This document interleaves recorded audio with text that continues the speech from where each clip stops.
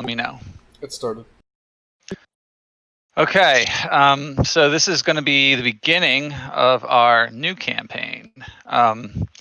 Been working on this for, well, probably 10 months from the start when I came up with the original backstory. And it took me almost a month and a half to get everything ready from the time I said we should play it. Built everything from scratch pretty much. So hopefully this all works out. But we'll see. We'll take it week to week and see how it goes. All right, so we're gonna start like we usually do, and everybody's gonna talk a little bit about their character, starting with Vince, who's playing Gurlac Ironsides, right, Vince? Yep, I'm Gurlac Ironsides. I am the Red Forest, right? I'm from the Red Forest. From a brutal clan of vicious marauders and warriors. I am a bugbear, but I have a slight outlook on life compared to the rest of my upbringing and race and the races that share the lands that share our land with us. Everybody's kind of like, evil. My character is actually chaos neutral, and he kind of wants to make peace. Like he's brought to this he's a gladiatorial warrior. That's why he was chosen, is from fighting in the warrior pits in gladiatorial battle and defeating everybody. And so he was chosen amongst his people for this mission and whatnot. And he wants the people of his empire, his evil empire, want him to infiltrate and bring down and destroy, but actually he sees a better interest to make friends and comrades and destroy with being allies. That's why he's able to group up with future adventure members in this new adventure. Even though he does have a little bit of evil flaws, but he has what was it called? Self-conflicts between himself. Yeah, like conflicts within himself. Right. Would it be all right if I kind of read off my personality, ideas, flaws, and bonds? Yeah, but summarize them. Don't. Okay. Yeah, just kind of. All right. Yeah, well, I'm just going to read them off for it. Okay, so I face problems head on. A simple drug solution is the best path for success. I have a crude sense of humor. All right. My ideals might, in life as in war, the stronger forces win. Bonds, my honor is my life. Flaws, I'd rather eat my armor than admit when I'm wrong. That's, that kind of fits him perfectly. You know what I'm saying? Even though his ideals might be a little evil, is considered evil, but, he's a warrior. All right. End of turn. End of turn. Okay. All right. Nathan, you're playing Thorrindyl Duskmere. Why don't you tell us a little bit about Thorrindyl?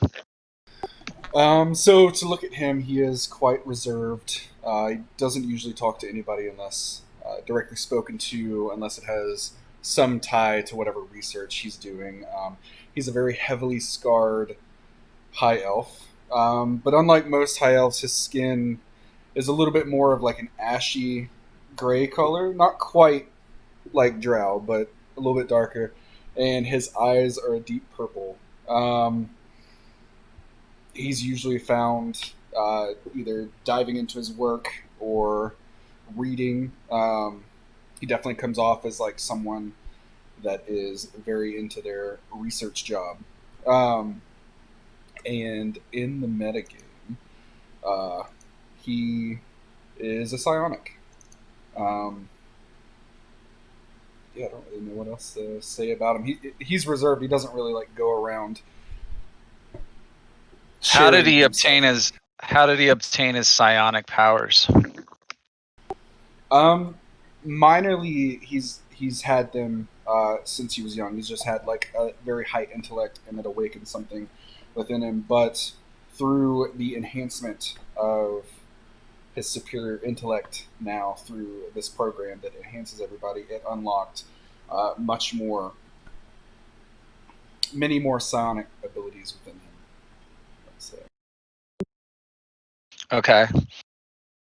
So he had natural ability, and now he's gone through the enhancement program that is being conducted at Nightstar, the capital of the humans and the last bastion of the of all the armies of Teloria. Correct. So Yes. he got a lot out of that, I guess you would say.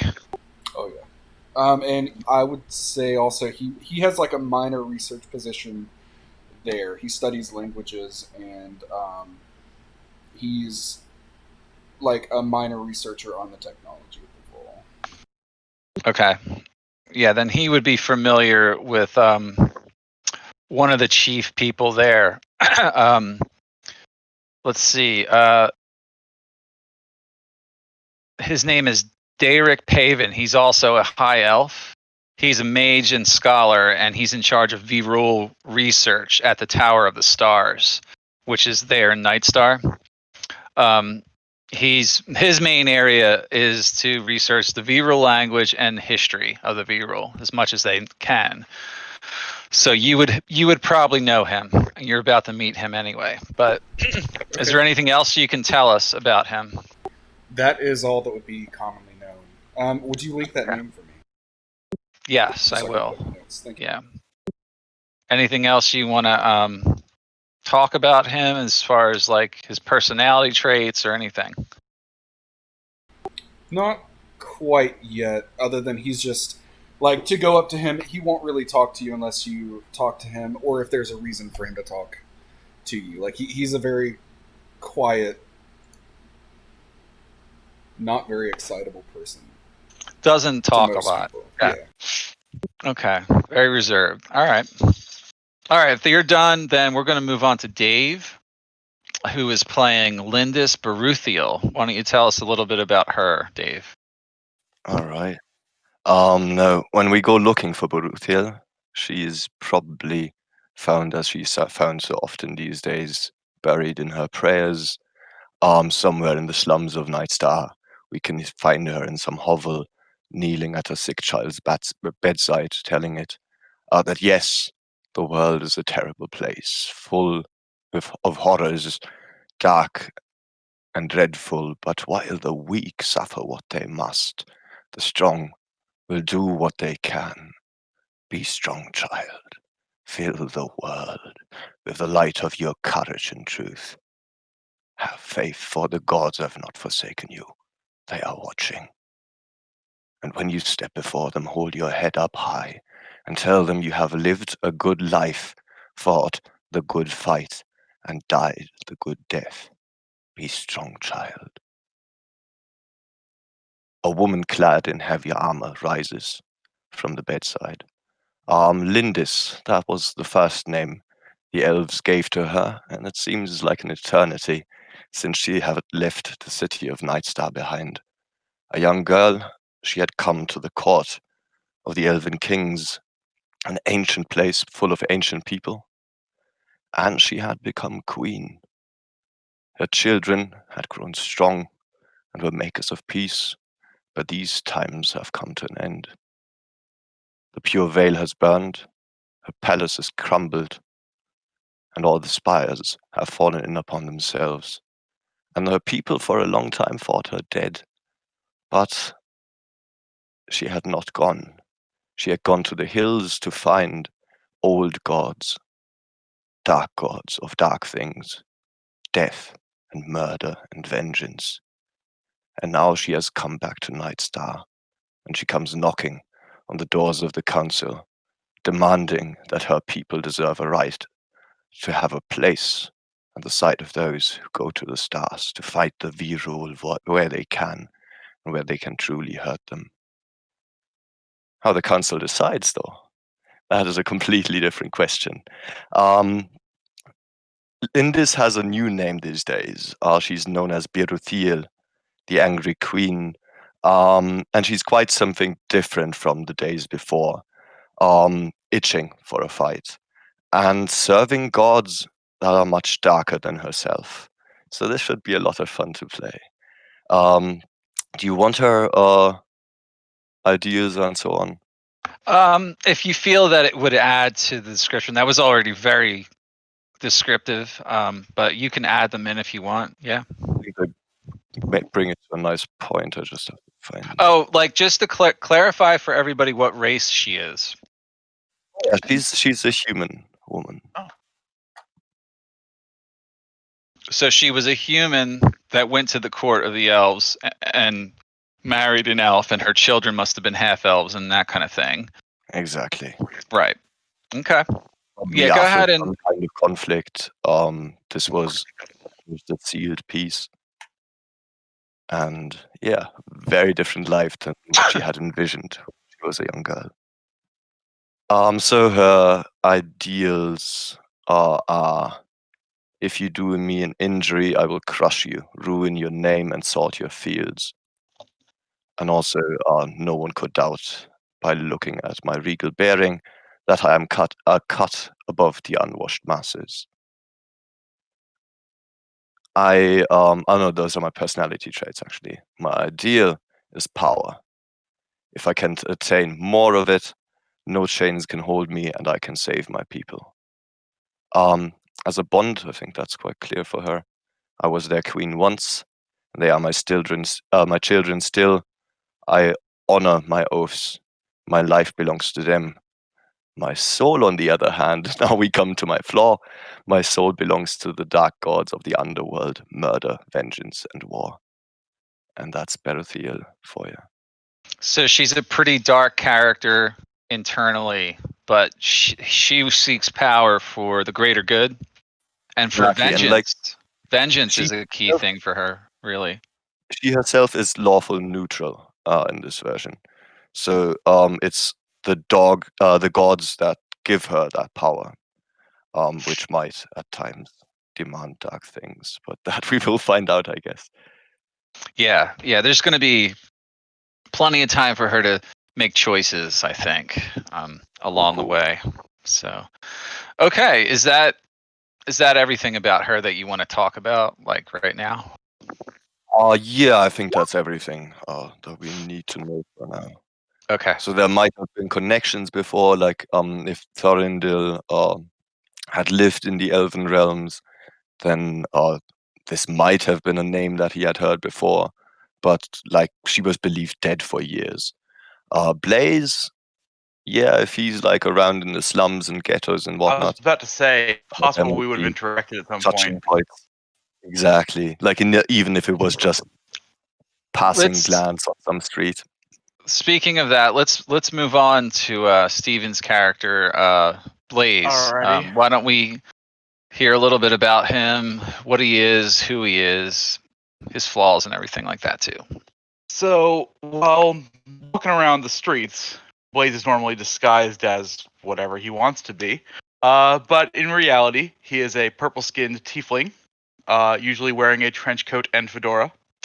And usually coiled either around his neck or flying next to him is a small, basically serpent with wings known as a coatl, but a version of one.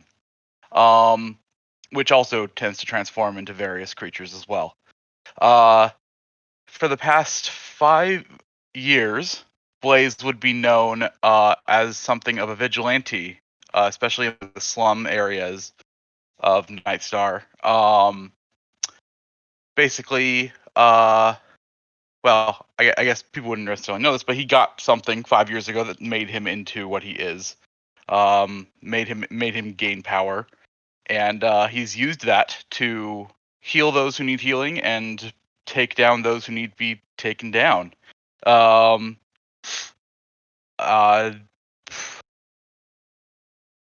Yeah, he's not maybe the most talkative to just he's not really into small talk, I guess I would say.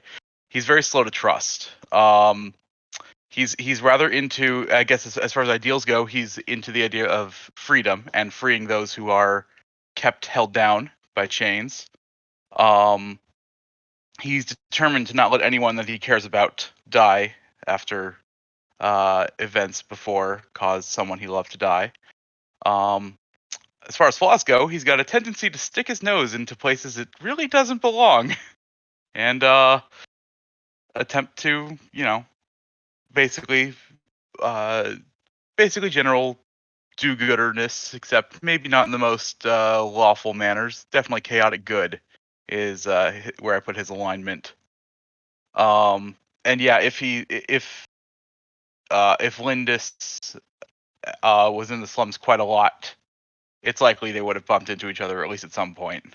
Would he have revealed himself to her, being that he walks around incognito? If they had the same goals, yes. Well, let's assume for now that you didn't necessarily reveal all who you are to her. Yeah, for the most part, Blaze only reveals his true face. Actually, for the most part, it's kind of weird. He kind of does the opposite of what like general superheroes would do. Whereas your average superhero puts on a mask to go fight crime, Blaze kind of takes the mask off when he's actually dealing with, I guess, sordid individuals, and then puts on a mask to stay hidden. Gotcha. Yeah, that makes sense. That is his mask, looking normal. Right, exactly. Yeah. Because he uses masks of many faces to disguise self all the time, pretty much. Okay. Yeah, that's Blaze. Good. All right. Do you want to talk about his flaws and everything like that, or? Well, I kind of did. What I didn't say is what his ability. I guess I didn't mention any of his abilities at all. You don't have to talk about that if you don't want to. Okay. Yeah, we don't need to get into abilities. Yeah. Okay. Then, Yeah. I think I've mentioned the important bits. He has a dark power that he draws power from a dark place or like another otherworldly being. Technically from an otherworldly. Technically from a good place. From a celestial entity. Okay. Yeah. Even though he may have come by those means, not necessarily by the best of means, but it's there now. Whether he wants them or not, it's there now. Oh yeah, I guess to those who see him using his power, there is a stone, a golden stone that has embedded itself in the skin of his right palm. And that's sort of what he uses as where he blasts energy out of his hand and whatnot. So it looks like a piece of gold that's kind of embedded like it's like a gemstone kind of, but it's golden color and it kind of shimmers a little bit when it's used and glows with a golden energy about it. Okay. Like a radiant force, I guess. Excellent. That's good. All right. Well, if that's everything you want to reveal about him, we're going to move on to Melissa's character, who she's playing Ovvy, who's also known as Ovvy. Ain't that right? So when you see Ovvy, he's a very rare race, so you might not have seen one like him. He's tall and slender, and his skin is blue-ish.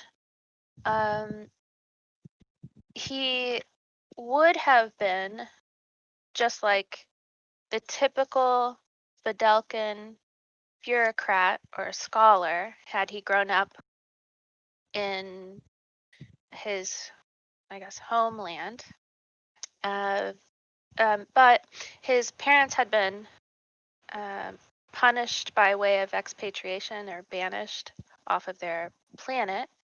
And that's how he ended up in Teleria, and ended up very much an orphan.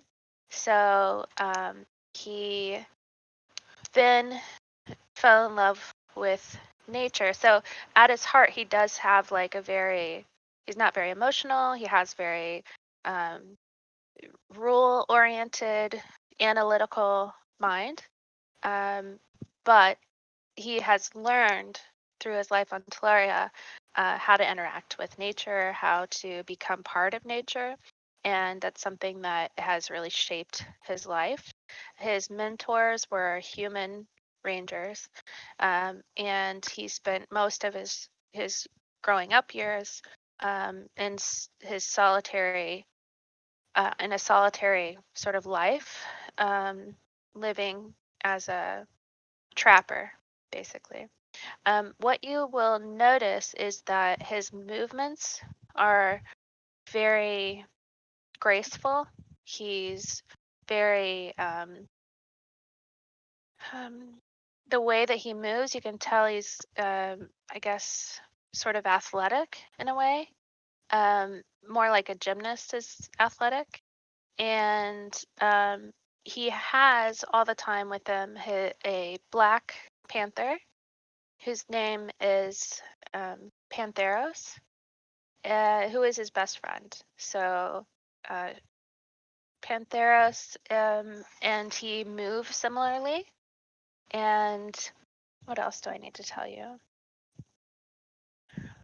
He is more comfortable around animals than people, but he is polite, kind. He doesn't he's almost it's not that he doesn't understand emotions, he just doesn't see the value in them or in talking about them much. So he would probably relate a lot to Thorrindyl's mindset of researching and knowledge and just problem solving, maybe. So okay, so let me tell you his ideals are nature, which is kind of obvious. Just that the natural world's more important than the constructs of civilization. His bond is he suffers awful visions of a coming disaster and he'll do anything to prevent it.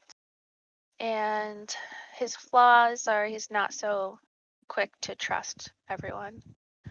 That's about it, I think. Okay, good. You did a good explanation of his character there.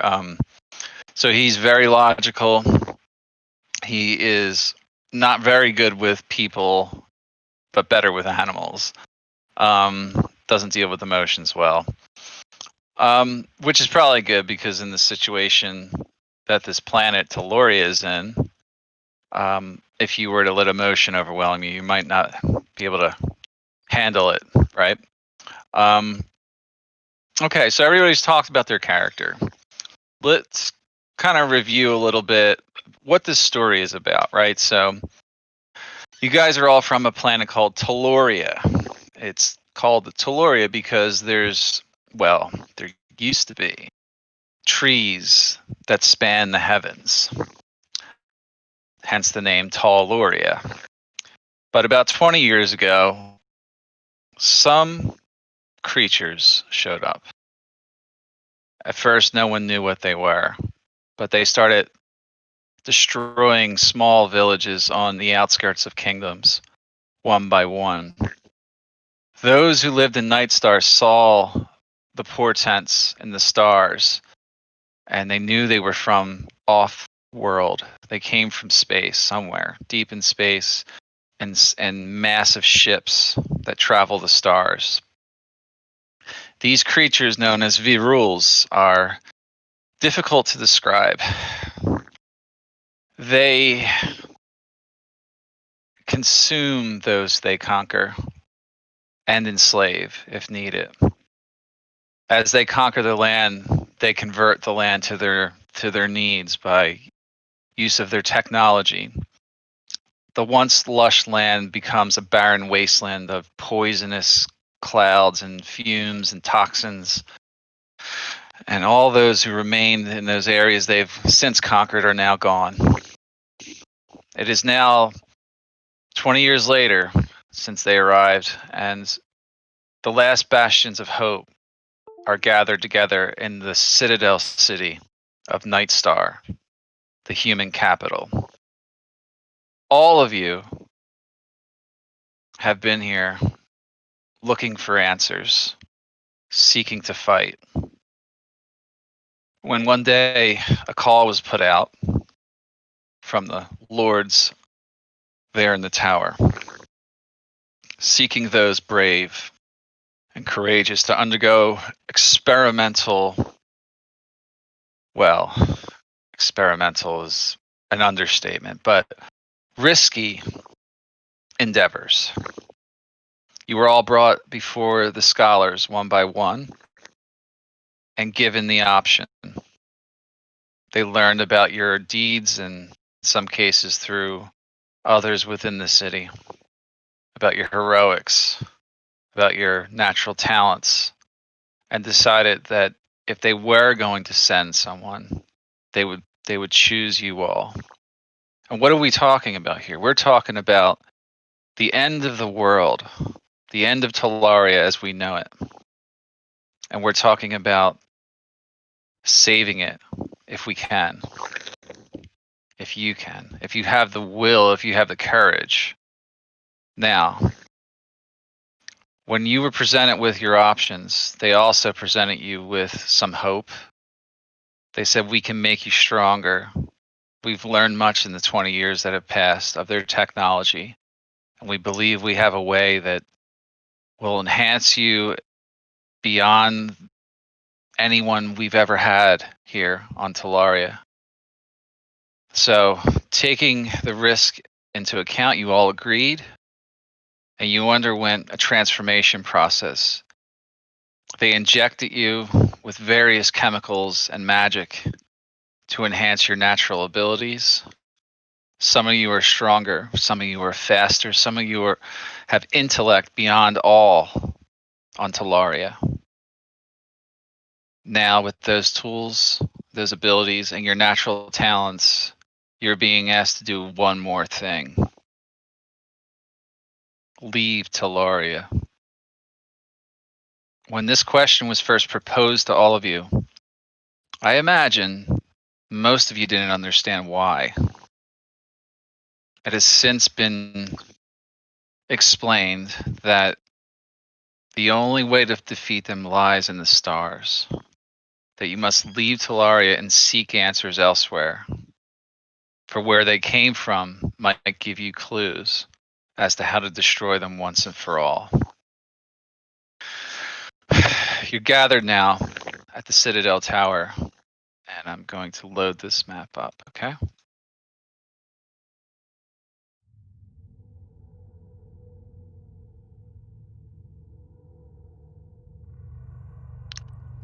Everybody be able to see? Mm-hmm. I Looks can okay. see my character, but I can't see the map. It's a black screen. I see where you ping. Putting it. All right, hang on, Vince. I got to give you vision. Yep, 60 feet. Also, You I have- still have control over Melissa's characters. That's okay. Don't worry about that. Okay. I'll Thank fix you. that permanently later, but just get Yeah. it for now. I just wanted to let you know. Okay. Does everything look okay to you guys now? I can see now. Yes. Mhm. All right. All right. So, However, my Waddle can't see, but we can always fix that later. do you need him to see? I can. If fix I'm it. looking through its eyes, yes. Does Because he it's have dark familiar. vision? Yeah, 60 feet. All right. He should be good. Okay. There are 3 individuals gathered here. One is Derek Paven, the Elven researcher. He is responsible for teaching everyone here at the Nightstar about the history of the Vibral language as much as they can, because the Vibral language, as many of you know, is not something that is logical to most of you. It's a completely different form of communication. It's basically symbols of what's called cuneiform. It's a cuneiform script. It's very hard to interpret, and depending on who's interpreting it, could get it completely wrong. He's learned a little bit about their history. And he's speaking now with Wilfur Heronius, this man right here, the man in charge of viral technology and analysis of that technology. He's the one who discovered the methods to enhance you guys. He came up with the technique to do that through the use of their technology and the magic that's native to Teloria. He's the mastermind behind that. They're discussing viral weaknesses and things like that off in the corner as you all are entering the room. Also there is Tholmor Rannick, a dwarf. You know him to be the lead engineer of the Observatory of the Ages. He's responsible for designing something known as the Space Bridge. Tholmir says to Derek, he says, "Oh, I don't know if we'll have enough power for it there. It might drain everything left in our reserves. This is something we must undergo, Derek." I mean, Thalmar is what he's talking to. So you hear them have like a little bit of back and forth discussion about this thing known as a space bridge. And then Wilfur Heronius walks over to you all and says, "Oh, finally, you have all arrived.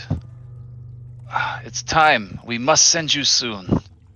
But before we do, this is your last chance to ask any questions of us and what to expect where you're going. Yes, please ask now before I kill everybody."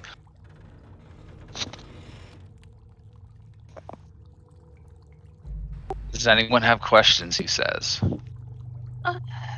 Yes. Excuse me. Derek, you have learned so much about the viral language. Do you have anything we can take with us? You've already been given everything I can provide. Some of you have learned this language, have you not? Thorrindyl nod at that.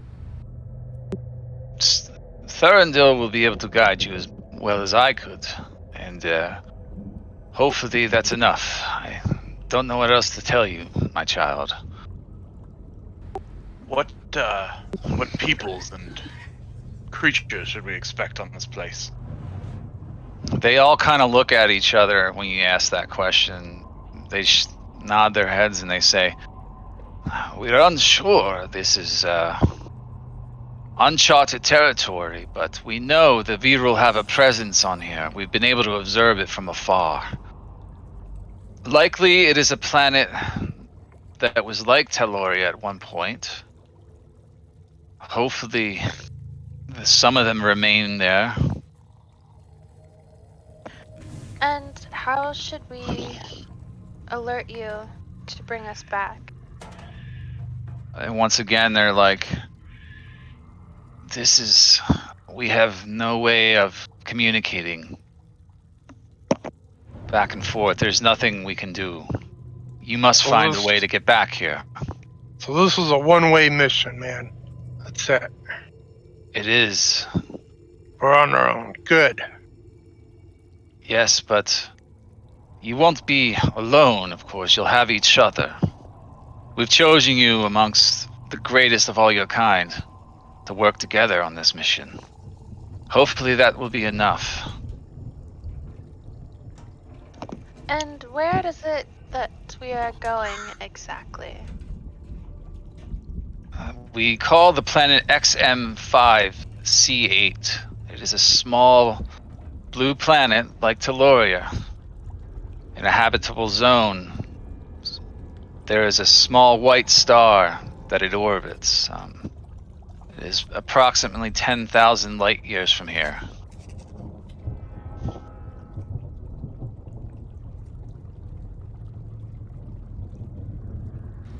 Right. That is all we can really tell you about it right now. Suppose we might as well get a move on. What we suggest is this. When you arrive, you will undoubtedly be confused as to your surroundings, but take your time and find a way to infiltrate anything the Viral have left behind. We don't know the amount of their presence that's left there, but something suggests that they have moved the vast majority of their forces here to Taloria. They go from planet to planet, you see, conquering as they move, and leave behind little, if not but a garrison. Well, that's one way to think about it. They could have a whole nother army there. They might be going to their deaths. I don't believe that to be the case. It's reassuring. Expect some resistance, yes. I will not lie to you. It won't be easy if they're there. You've all been here on Taloria fighting them. You know what to expect. Let's get ready, he says. Thalmar, start up the machine. Hold on, I got some calibrations to make. He starts heading over this way. He's like, I gotta make sure everything is aligned first before we do anything. And then he turns on his ray scope here. And you see a powerful beam of blue light blast out of this, what appeared to be at first a telescope. He's measuring something from a distance. And he's like, give me a few minutes to make my calculations. If they have any prayers to say to their gods, they might as well do them now. And he continues to tinker on with it and, work his mechanical magic over there.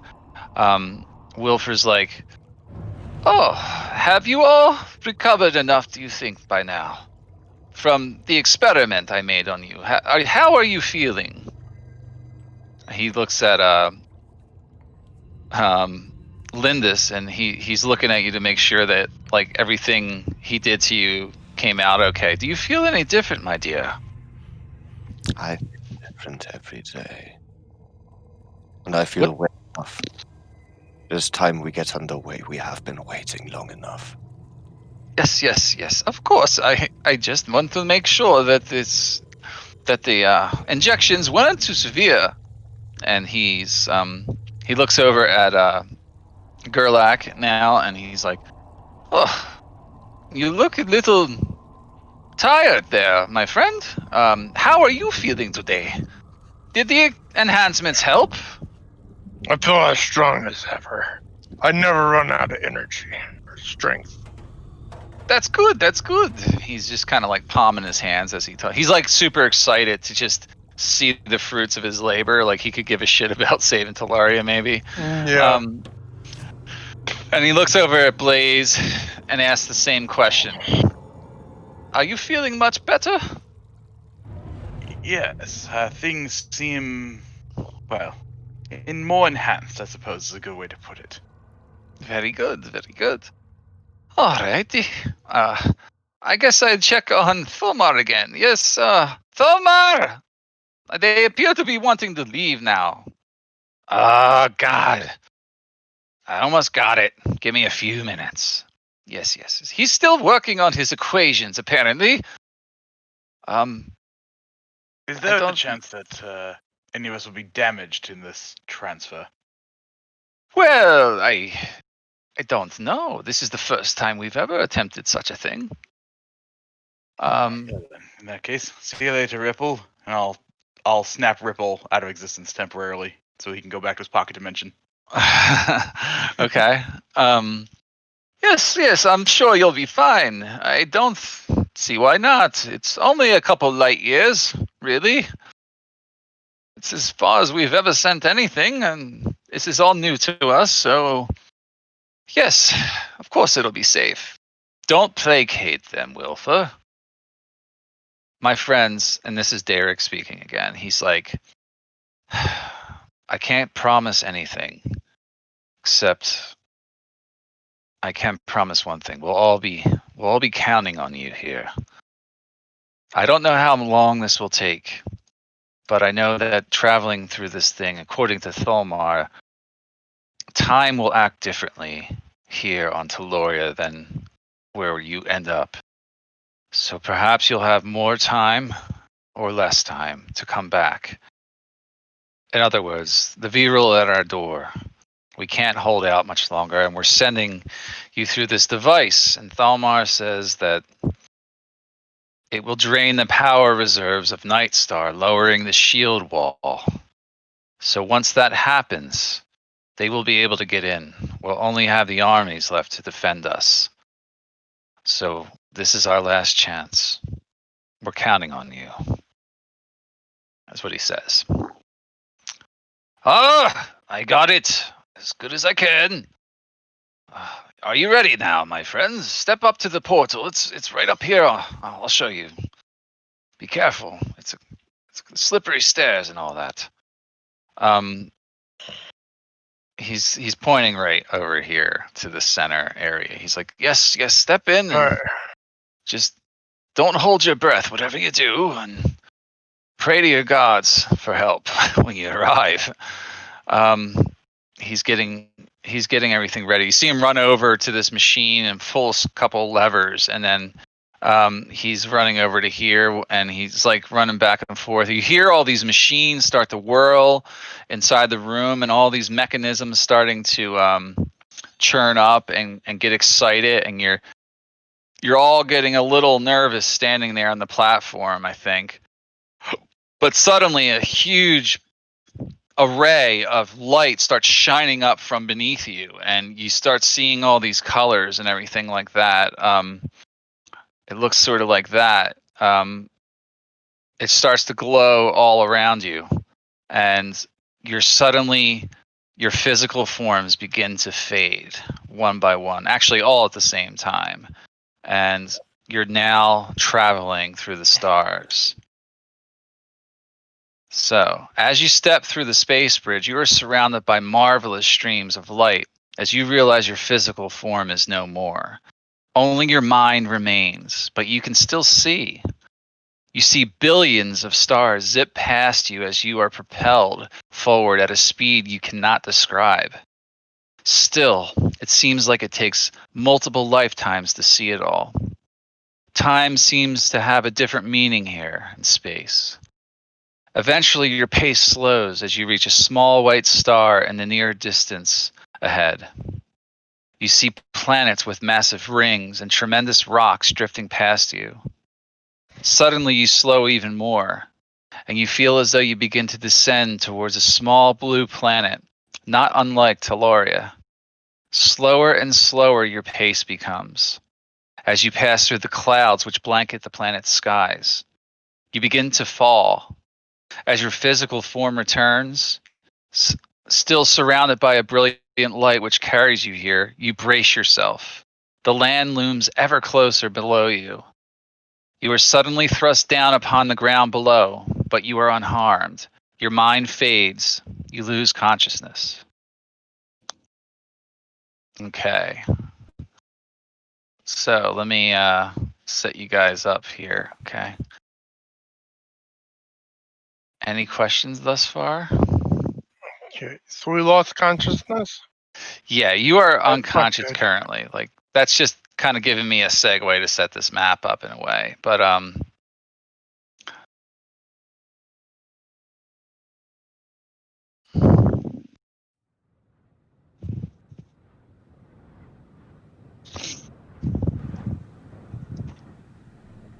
you're slowly beginning to wake up, I think.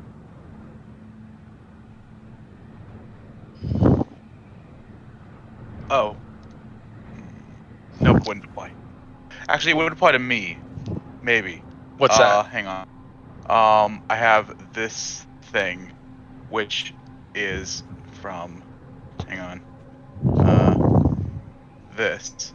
I think right now I would only apply to me unless I technically rested with everybody else.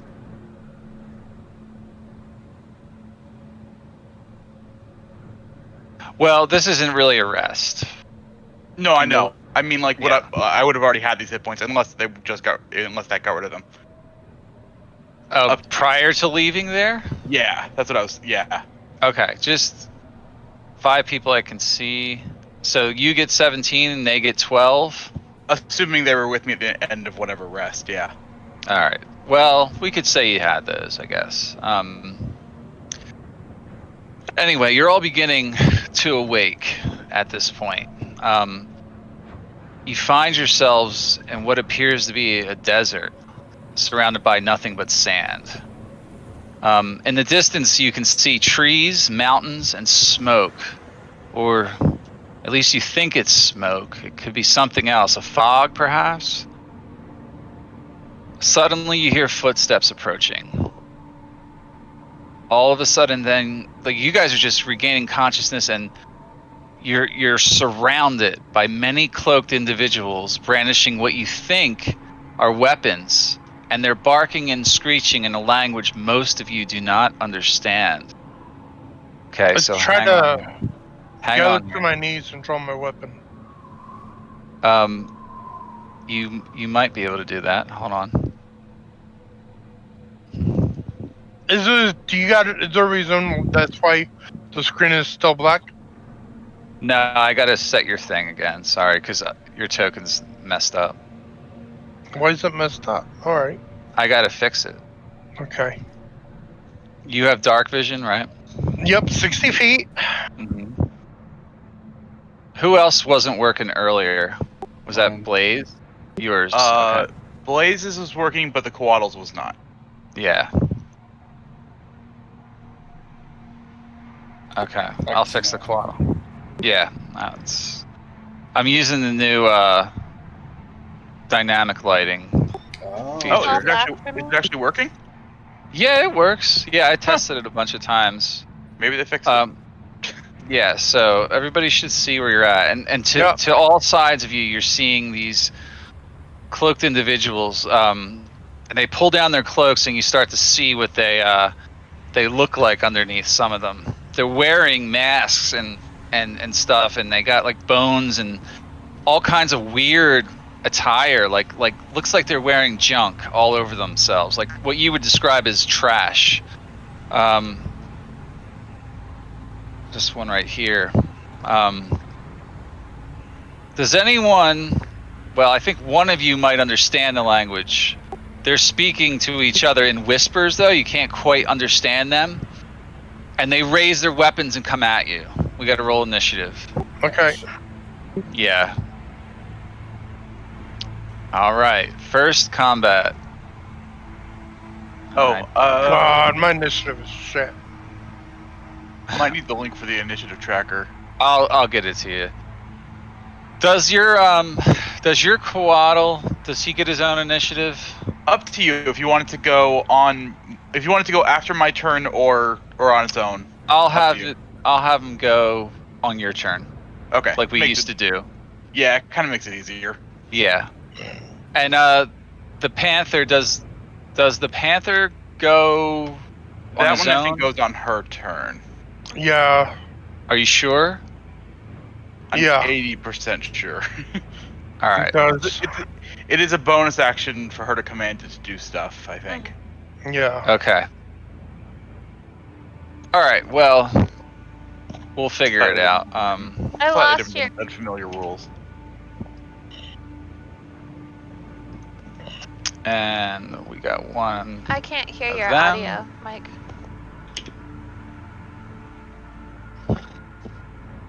I'll roll it. And we almost got it here.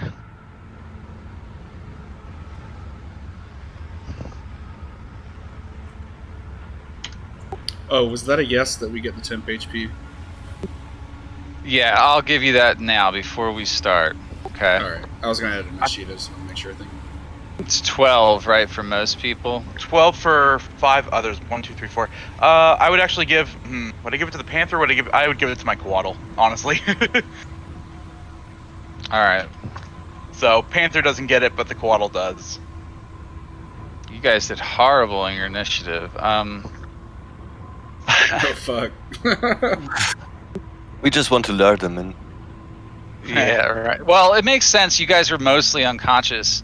I should have given them a surprise round, actually, but I didn't want to kill you the first night. First game, first encounter, we all die. You might die Everyone here. dead. I don't even know. Like, it may be that fast. Did I miss anyone in initiative? I got. It is doubtful. God I got- damn, I rolled a 2? Wow. Okay, hang on. Let me pull up that initiative. I haven't pulled up yet. I think I got everybody Oh, in here. It is the same There's link. 5 of you. Cool. All right. Well, If it ever Cool. pulls up for me.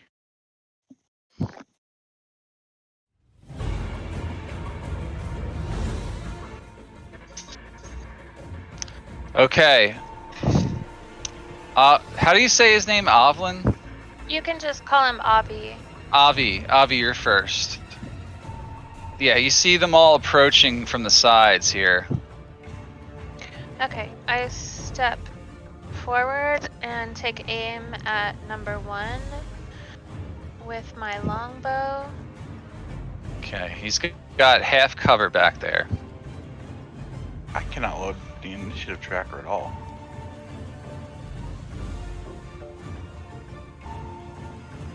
Uh, 26 to hit. It Or is it definitely, disadvantage with cover? it definitely hits. 9 piercing. Hold on 1 second.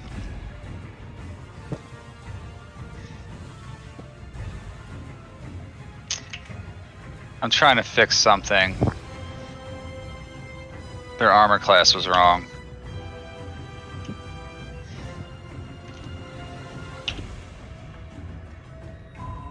I just got to remember that. Okay, so 26 to hit with a longbow. You fire an arrow. He is not a monstrosity or construct. You do hit number 1, and he receives 9 piercing damage from that, I believe.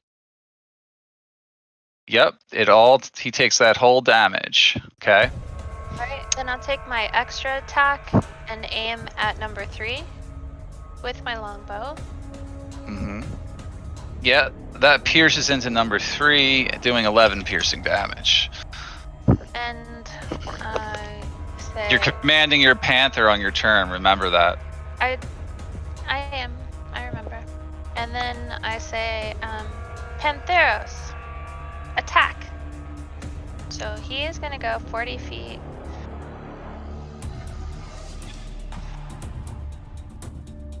And he has 1 attack that's maul charge, so he can continue to run forward.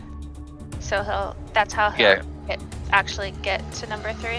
And right. So just a second. So he's gonna do his maul charge attack. Okay. A 12 is gonna miss. Okay. Does he? He doesn't get advantage from that, does he? Why is he standing on top of him now? Because he jumped him. Well, it doesn't work if he doesn't hit, right? If the beast moves at least 20 feet straight towards a target and then hits it with a maul attack on the same turn, the target takes an extra 1d6 slashing damage. Yeah, The DC equals your DC of 14. If the target is a creature, it must succeed on a strength saving throw against your spell save DC or be knocked prone. So it doesn't hit, so nothing else happens. He missed completely. And that counts as your bonus action to command him, right? Yeah. Okay. That's my turn. Okay. All right. From up here, you hear the firing of a weapon that you've never heard before. Give me a moment. I got to read her. You hear, a sound that's like a chugging sound firing down towards one of you. Like that. 25 to hit, and she's firing down from like right up here. Okay, this one has like elevation on you guys, not quite giving her advantage or anything, but she fires down at Gurlac for 25 to hit. That actually hits. Yeah, Gurlac, you get nailed by that attack. Okay, you take it's only 22 piercing damage, but you look at your armor and it almost did nothing at all to prevent the attack. It went straight through your plate armor. You got holes in it now. She fires another attack, the same kind of weapon. One more time at you. God damn. 26 to hit for 20 piercing damage. I told you this wasn't going to be easy, Ranger. guys. All right. Shooting not attacking the only ranged. Oh, they have ranged. Okay, so from behind you, there's several more of them. I don't know if you noticed them, but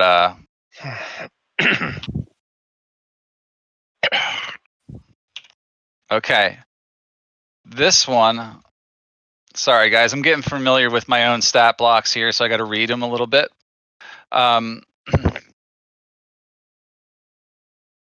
Okay, let's see here. You're gonna love this.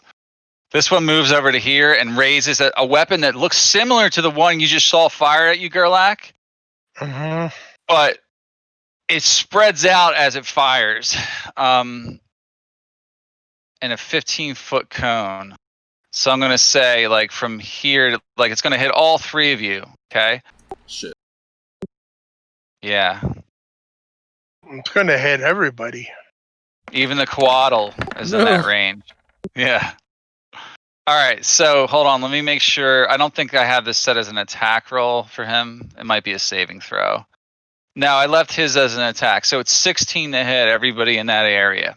No, I misses me. Misses you. You feel the pellets that come out of this thing like ricochet off your plate armor. Does anyone else get hit? Hits me. It hits both me and the Coatl. Okay, So everyone. so pretty much, yeah. How much damage did you take, Blaze? Because I know you're resistant, I'm right? resistant to fire, but not piercing. So I take a You took total 10. of 10. 10 Yeah, damage. so- All right. Which is taken off my temp HP, actually. And And the Thorrindyl, Coatl gets hit for the full amount. But I gave it temp HP. yeah. How much does he have left after that? Let's see. That took 12. Actually, that took away all of his temp HP exactly. All right. So he's dealing with. He's at the regular 14. Okay. And then Thorrindyl, you take full damage. Yeah, it basically took my temp too. Yeah, 12 hit points worth. Okay. Let me see. Oh, he gets 2 of those attacks. You Fuck. guys are in really bad shape here. He fires one more, a second barrel. 14 to hit. It's a miss. It's a miss on you. Me. It Misses does me. hit the Coatl. Okay. The The Coatl, 5 more damage. Yep. Okay. And that's his turn. I'm just gonna lower this volume wait, no, a little bit. hang on. The Coatl's actually on that one. It can block. The Coatl's actually going to wait. What was the first attack? A 16. I think so. You know what? 16. The Coatl could have blocked both of them. Actually, it's going to cast Shield on itself. Oh, really? Okay. Do it twice a day. So actually, it has all of its stuff in it. But Well, you're tracking him, so yeah, just I got him him. back whatever he's got. For him, all right. So I'm tracking him on D&D Beyond because it's easier. the second one doesn't hit anybody then, really. Okay, so another one rushes up to Thorrindyl, and you see him whip out what looks like an axe, but it's made out of like just junk-looking metal, and like it looks jagged and deadly though. He comes at you, 17 to hit you, Thorrindyl. Hits for 5. Hits for 5. Okay, you take 5 damage. You don't have resistance to anything like that, right? No. Okay, he comes at you again, tries to hit you again. That one misses. Okay, you dodged that one. All right, good. All right, number 3 goes after this. He's going to attack the panther with his axe. 25 to hit. I know that hits. So he takes 7 damage. He's down to 47 hit points there. And he's going to attack again with his axe. For 13, does that also hit the panther? That hits. Okay, 8 more damage. Okay. You see, he's like nailing him twice in a row. Not good. And then this one rushes over to get almost behind him, but he doesn't. Actually, he's going to keep himself there, and he's going to attack your panther. For 10 to hit. Missed. Okay, one more time, we'll do it. 26, that'll hit. Hits. Welcome to level 10, guys. End of his turn, and then another one is going to come down around here like that and attack the panther. 17 hits the panther. They want to destroy this beast quickly. One more attack from him with the axe he's got. If it rolls. Of course, now roll 20 wants to be slow.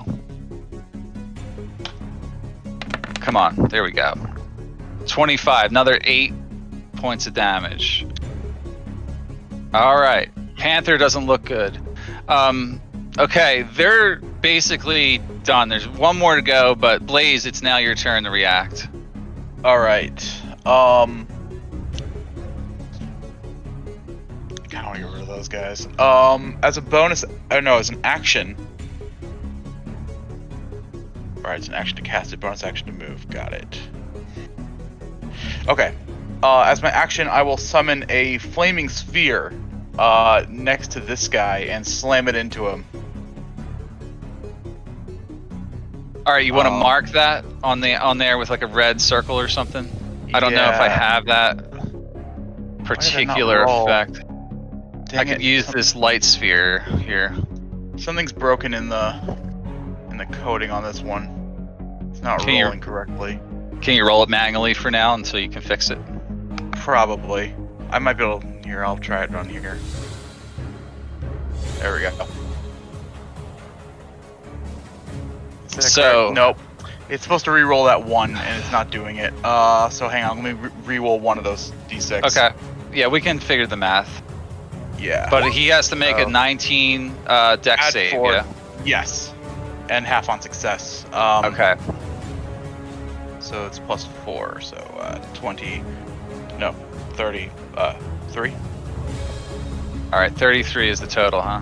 21 is his dex save. So he succeeds. So half of that. So 16.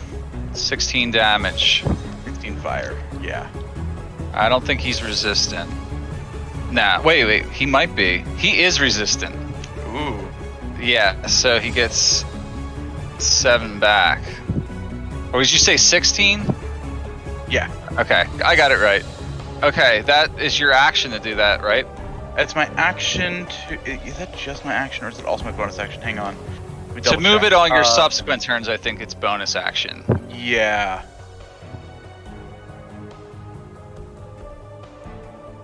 Yes, that's correct. Okay. I'm gonna take a couple steps this way, I think. It's kind of spread out a little bit, and then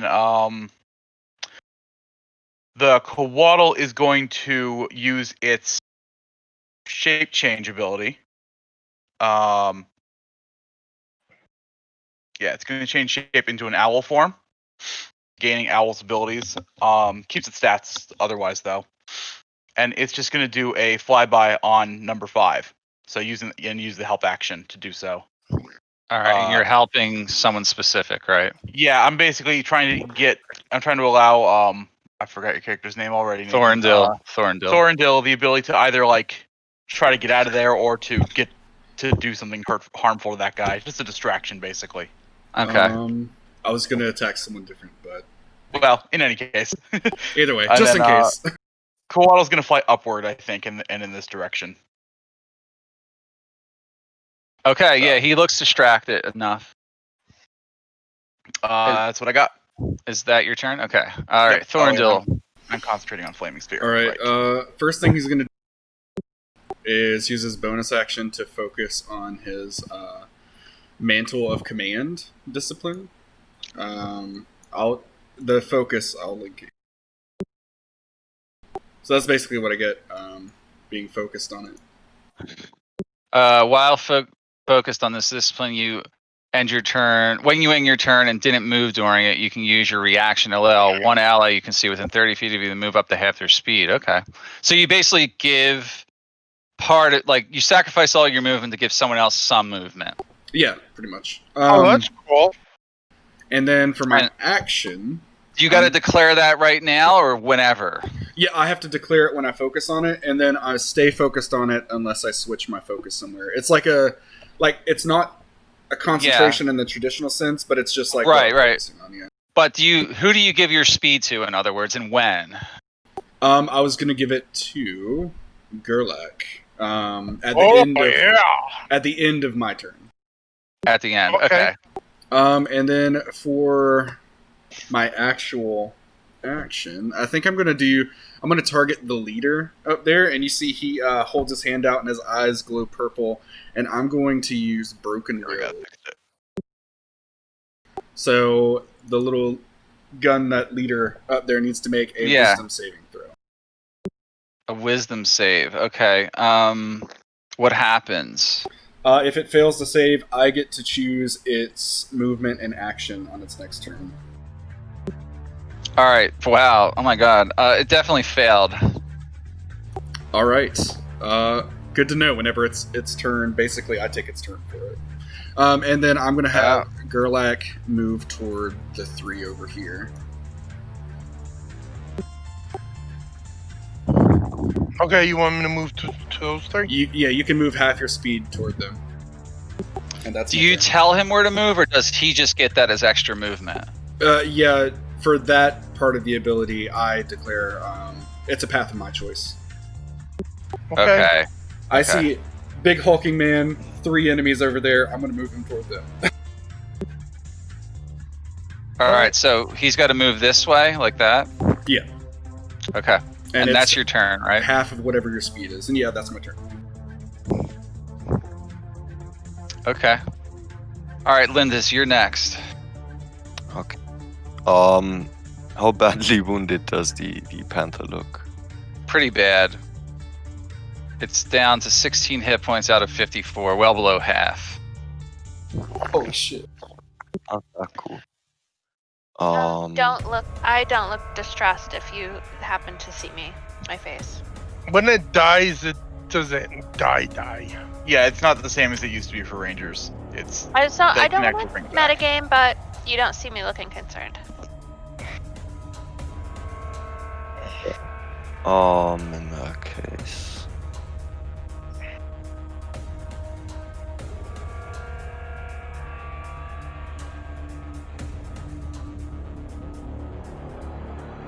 Got to shotgun guy and start whacking him.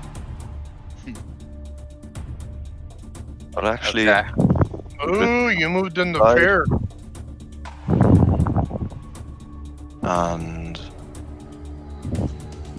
closing my eyes, I call upon the spirits to rise and feast.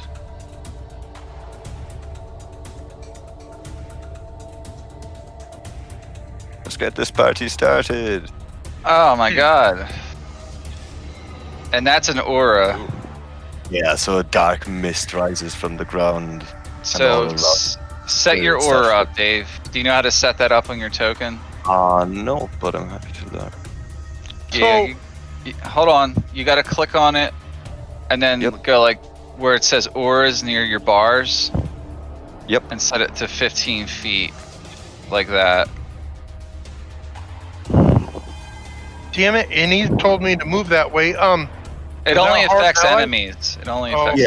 Yeah. I'm not affecting my allies. Yeah, he designates people who are immune to it, basically. Right, up to so many, right? Actually, no, for that spell, it's any amount. Okay. All right, so you are badass. You do that with your action. It doesn't take effect right away, though. It's on the start of their turn if they're starting in the order. So just remember, when they start, you got to tell me. Yeah, you're gonna roll each time. Okay, so that's your action to do. Is that all you're doing? I was thinking about Shield of Faith, but I can only concentrate on so many spells. Oh yeah, you're concentrating, right? Yeah. Don't forget to say concentrating. That's hard for me to remember. Yeah. Yeah, I remember. It'd be better if you linked the spell. It's all right. All right. So what else are you doing? Let's see if anything with bonus action. I think I can only use my channel divinity. they have attacked.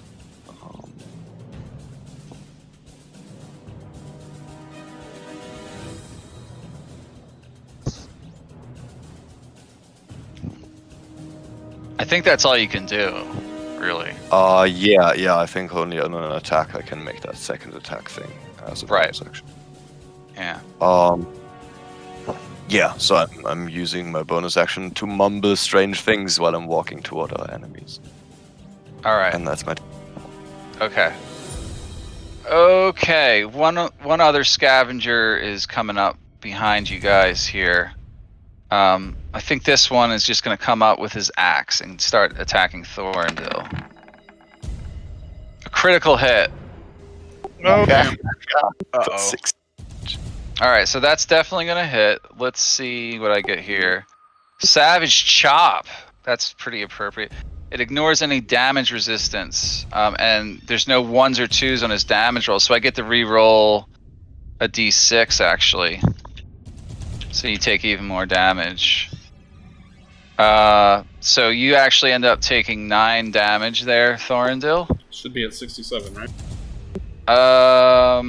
Tell you in a second. Yep, that's what I got. Alright. Okay, and that is his first attack. He gets one more. Glad I mentioned 20 the thing. We're gonna need that. 25. Yeah, you will. You take 5 more slashing damage from him. Okay, and that is his turn. Gurlac, you're finally up. You get to go. Yeah, you must have rolled a 2 for my initiative.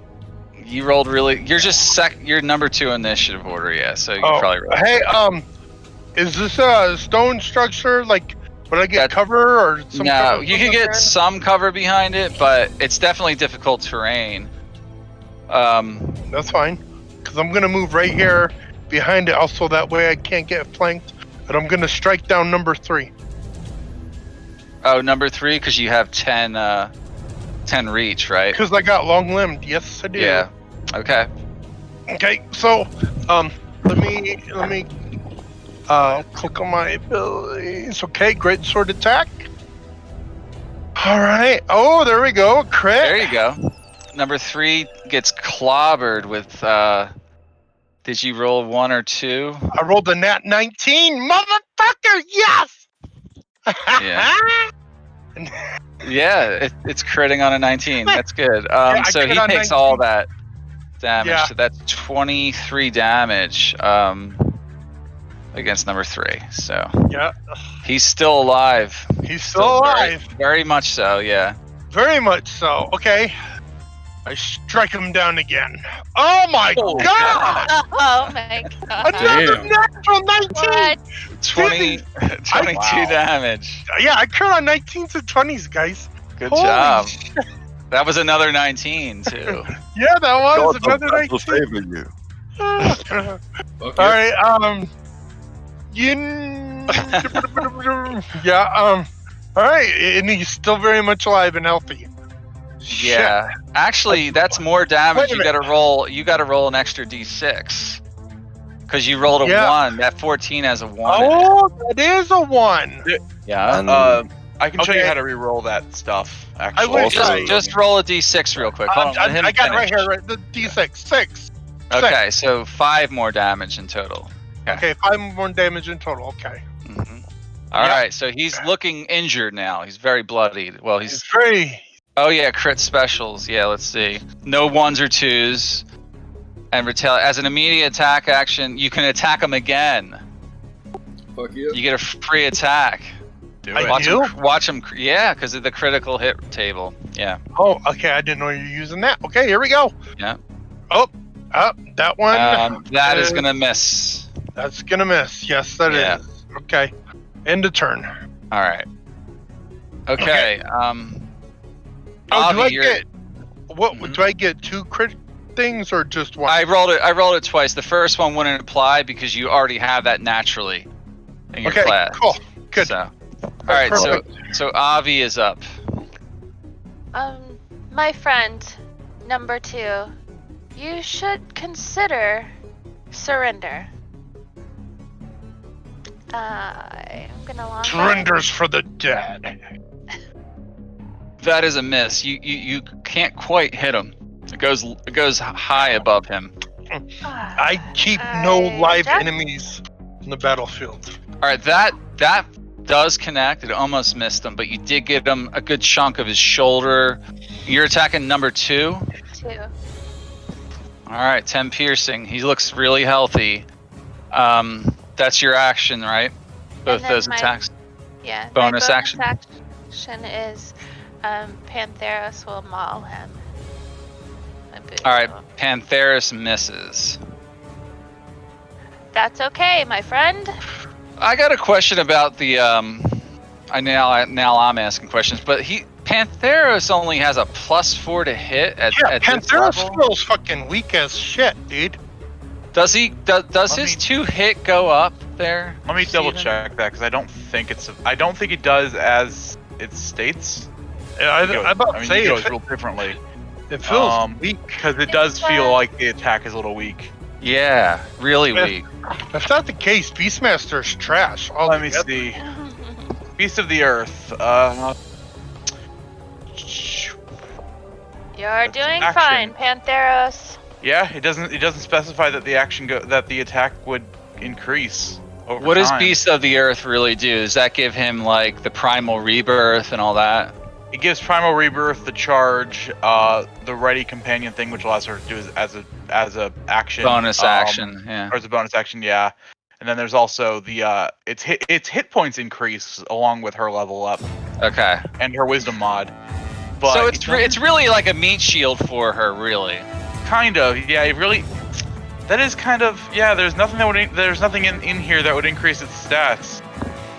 At lower levels, that seems good, but levels like we're doing, it's just not very helpful or beneficial to her. Maybe Hit points are hit points, though. You know. I mean, the hit hard, point part yeah. is pretty good. It's really only the attack part that's lacking. I mean, I realize they don't want it to be like a huge thing because it's a secondary attack. Well, You're when keeping you them level, you busy. think your pet will level. All right, we'll stop talking about that. I was just Anyway. curious. All right, so that's your action. Are you doing anything else? Oh, I'm just saying to Pantheros, you're doing fine. Okay. Don't listen to them. Doing a great job, my friend. All right. He is That's my injured, turn. so okay. All right. You see the gun nut raise its weapon, and it's Oh, about to. Oh, Oh sorry. yeah. You get to control everything it does. Movement and action. Yes. All right. What are you Oh, doing man. with her? How high is this ledge right here? 7 or 8 feet. Make All him right, jump so down like to there. move by it, it'd be like 10. I guess we'd round up or down. Yeah, that's fine. 10. Yeah. All right, I'm gonna have him move forward. Like that. I'm Jump assuming off. it's a 30 feet, right? A 30-foot movement for the character. Yeah. Like, what is their movement speed? Is it 30? It's probably 30. Yeah. Okay, I'll have him move down here. Yeah. To 30. 35. Oh, okay. I'll have him move right here. Then. Okay. Hmm. How long does that last? Just until the end of their turn. Ah, It's okay. only this. Yeah, it's only this turn. All right. I'm gonna have them throw their weapon to Ovvy. Over to Ovvy. Yeah. Okay. Ovvy, she throws her machine gun at you to catch it, I guess. Oh, okay. Thank you. We might not know what to do with it, but she can't fire it if she doesn't have it. Yeah, you disarmed her, so. For the first Um, time. Would that be? Oh yeah. Is that in your aura? Probably. Yeah, but it's if she starts or moves in, so yeah, it would I know affect if her right you now. use it for the first time. I'm gonna post a spell, I think. All right, so go ahead and roll that, Dave. Yep. She entered your aura, so. Ah, Now she can still roll a wisdom save. There's nothing saying that I would control her saves. So No, I would have to do that. Yeah. yeah. I gotta roll it. Come on. It won't roll. There it goes. All right. I rolled it twice. I'll take the first one. 13. So that's a failure. And she took 11 radiant, I assume. Correct. All right. And I guess that's her turn. Yeah, I was gonna ask if throwing it is an action. I would assume it is. Yes, that would count as the action. Okay, yeah, that's her turn. She's just standing there without a weapon now. All right. Oh, 17 damage. No, 17 was the DC. All right. Yeah. The scavengers are up. So he's standing next to the fireball. Only if he ends his turn. Next right. to it. So he's gonna move away from it. Yeah, you can definitely feel the heat from it. He's got 35, so 5, 10, 15, 20, 25, 30. He comes down to attack you with his axes. All right. Blaze, 13. 13 will miss.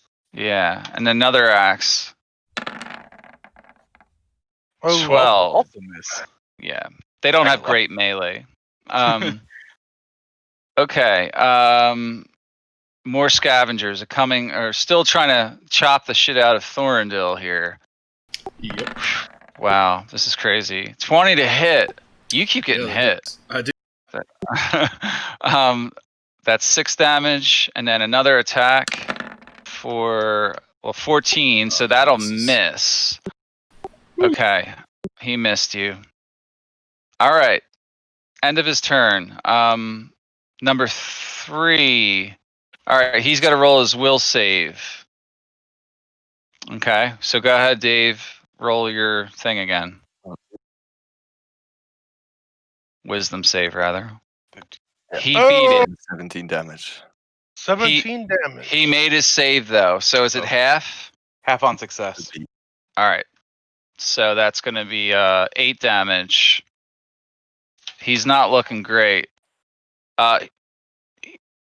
He starts screaming in that language that you heard earlier, and he feels the presence of this power.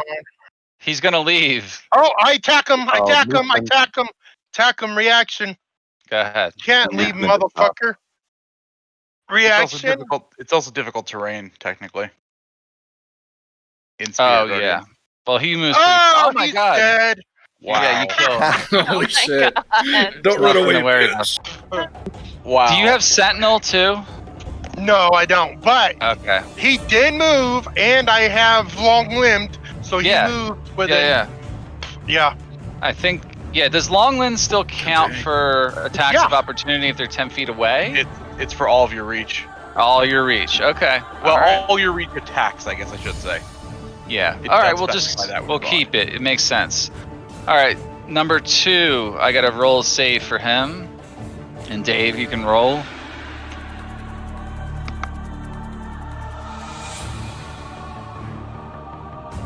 He didn't make his save.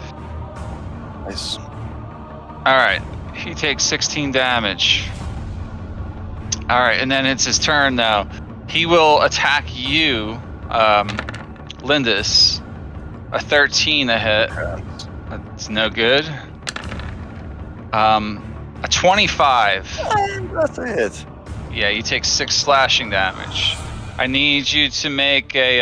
Well, I auto rolled for your concentration, but go ahead and roll a concentration check. I'll do.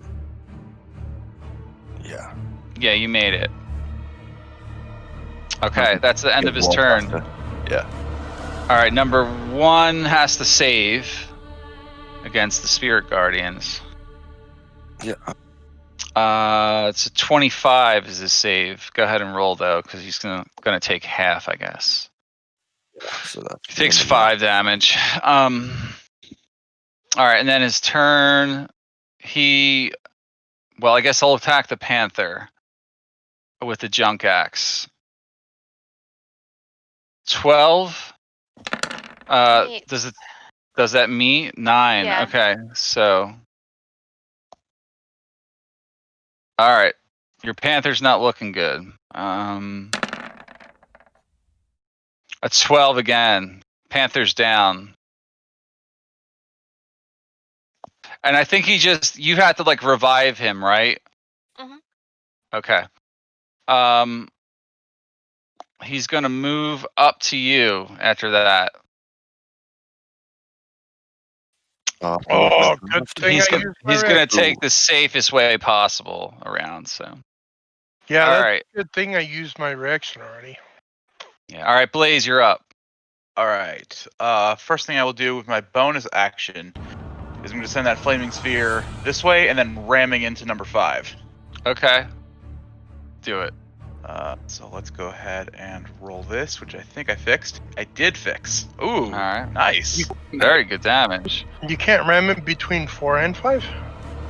No, it's one target that I can Yeah, ram. one target. But since the sphere will be here, which I can't move myself. Well, I'm probably gonna use this a lot, so Okay, we're move probably the gonna need to sphere make a over. token. I can Oh, move around, but I have to do it. Okay. I don't have control over that thing.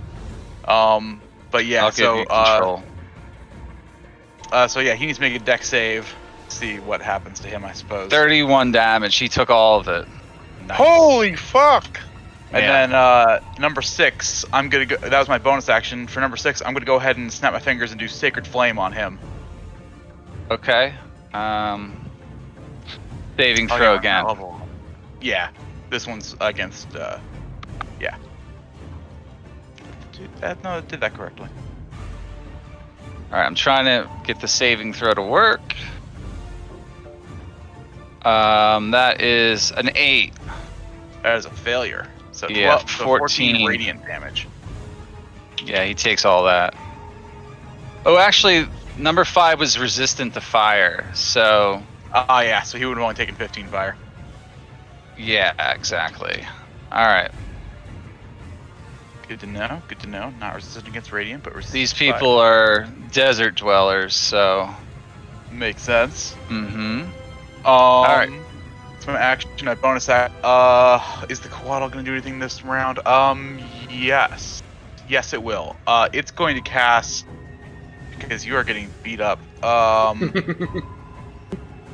Yeah, it's gonna go ahead and cast Sanctuary on. Oh wait, you're right after me.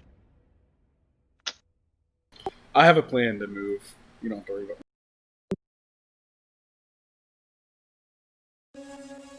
No one else is super hurt.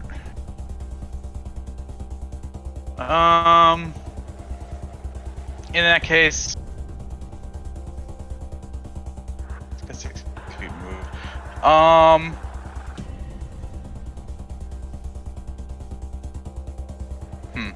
I guess it'll just fly past over here, doing its little flyby thing. It'll fly down and then back up, so it's like 30 feet in the air then when it ends its round.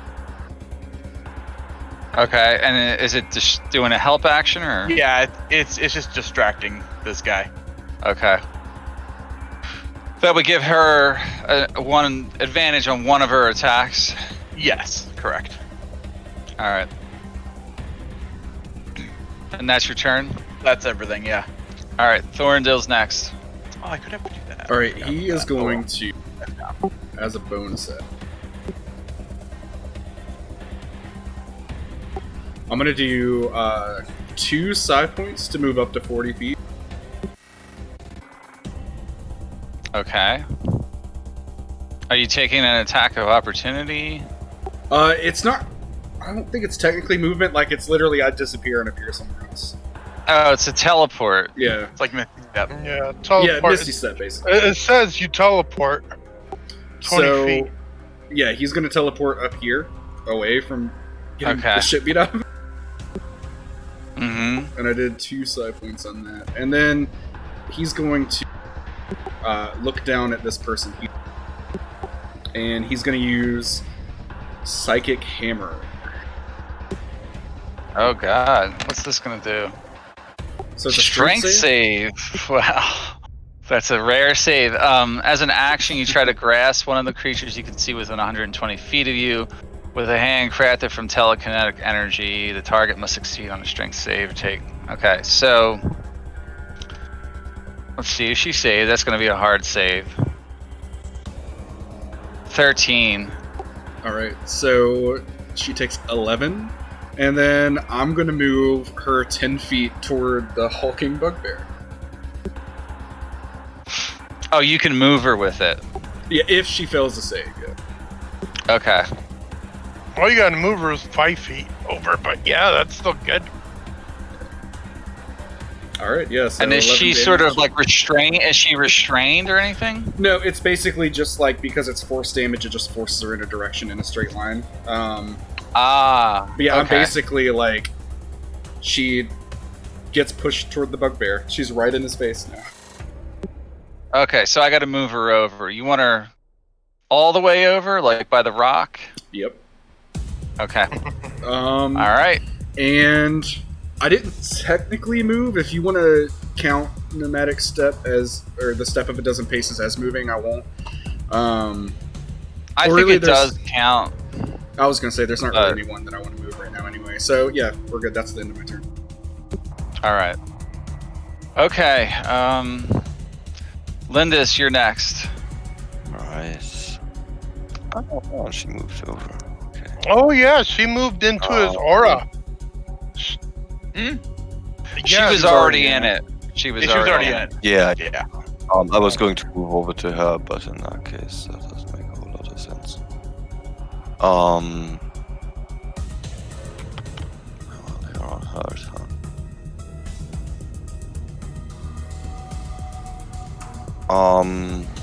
Yeah, I'll be attacking number 2 for now. So first, try and stick him with the longsword. All right. Make your attack. Meh. That's a miss. Then I use one of my channel divinities to make another attack. All right. That's a miss too. Not Yeah. really. And that's that. All right. And the turn. Also, yeah, I forgot. Oh no, and I forgot before. But with these rolls that might become a hit, would be cool if you give me a bit of time before you announce whether it hits or misses, because I can give myself and other people plus 10 to hit. Oh, okay. Yeah. Yeah, If you like when other people are attacking. Both at level 10. All right. I can let you retcon it if you want. There's not much damage to be had here. Okay. All right. That's the problem with Roll20. It rolls both. So, well, the way I do it, but. Well, I'm gladly giving my luck to Vince. He's doing great. Mm-hmm. All right, Blaze. This one's gonna flank you. Mm-hmm. Down here with his. Turn to face him, I guess. Okay, 27 to hit. Still hits. 4 All right. slashing. You need to make a concentration check. Yes, I do. Almost out of my temp HP. Alright. Concentration. Con. I'm not proficient in that one, unfortunately. 10, I make it. Yeah, you do make it. Just barely. Just barely. He'll do it again, though. He'll try to hit you again. 25 again. Also Or hits. 25, yeah. That one does get rid of my temp HP. 5 more slashing. Mm-hmm. Alright, so I'm at 71. Concentration check, too. Yes. Gotta find that button. Yeah, you pass. Okay. All right, ends his turn there. All right, Gurlac, you're up. Alright, I'm gonna attack the gun nut. That's the Alright. crazy fucker right that got moved right to me. Yeah. Okay, great sword attack. Ooh, 13. That will miss her. That's a miss, okay. She dodged. Alright. Another attack. That 17. hits. Okay. You got a 1 in there, by the way, so I know, reroll a yeah. d6. Yeah. I got a 1 and a 2. Yeah, so reroll them both. I'm rolling 2d6 right now. Yeah, Yeah. plus 7, but yeah. Well, I'm just re-rolling the 2d6, and then okay, so there's the 2d6, so that would be 10. plus Yeah. 7. So that's 17 damage. You re-rolled 2d6 twice, though, dude. No, I The didn't. fuck? I did it one. It looks like twice.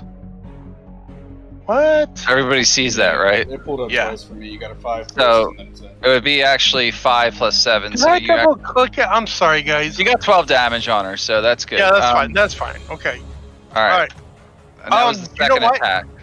That was my second attack, and you know what? I am going to go ahead and blow my action surge, which action surge is a sub level, push your limits for a moment, 1 turn, additional top regular action, and possible bonus action.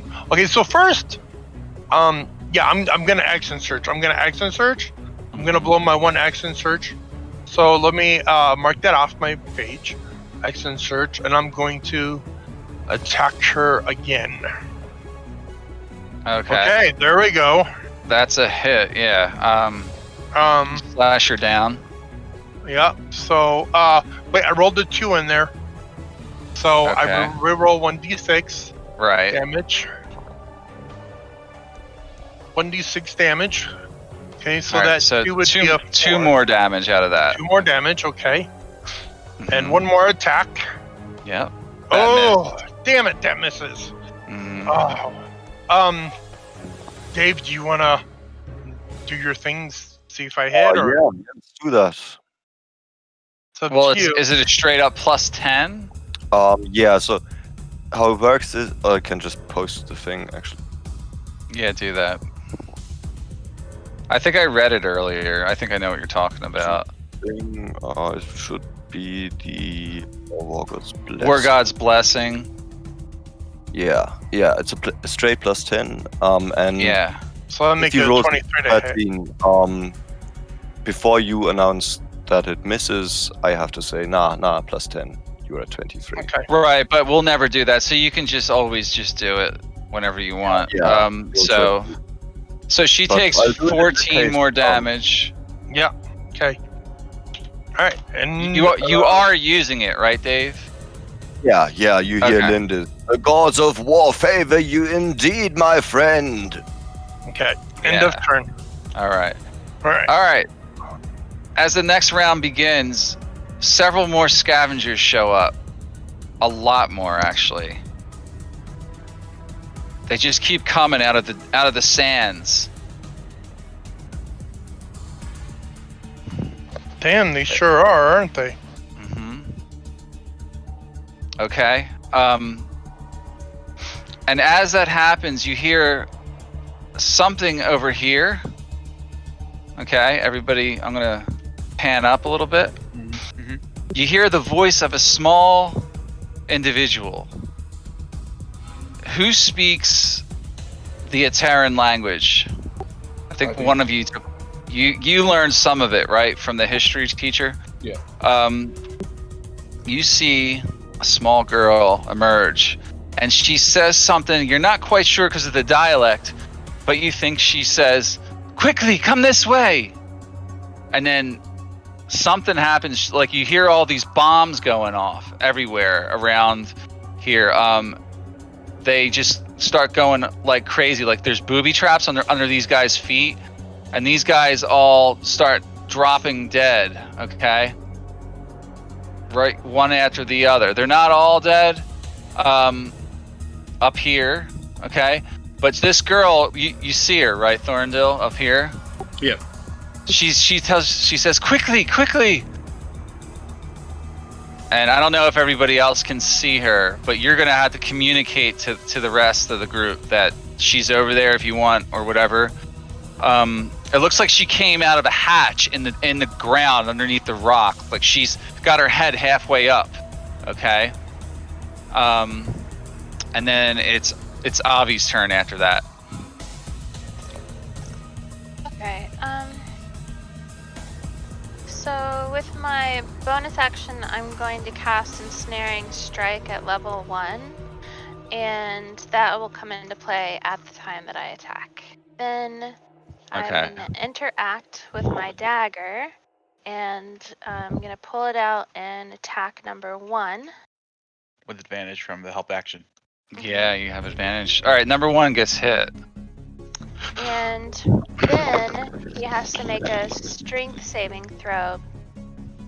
Or become ensnared. All right.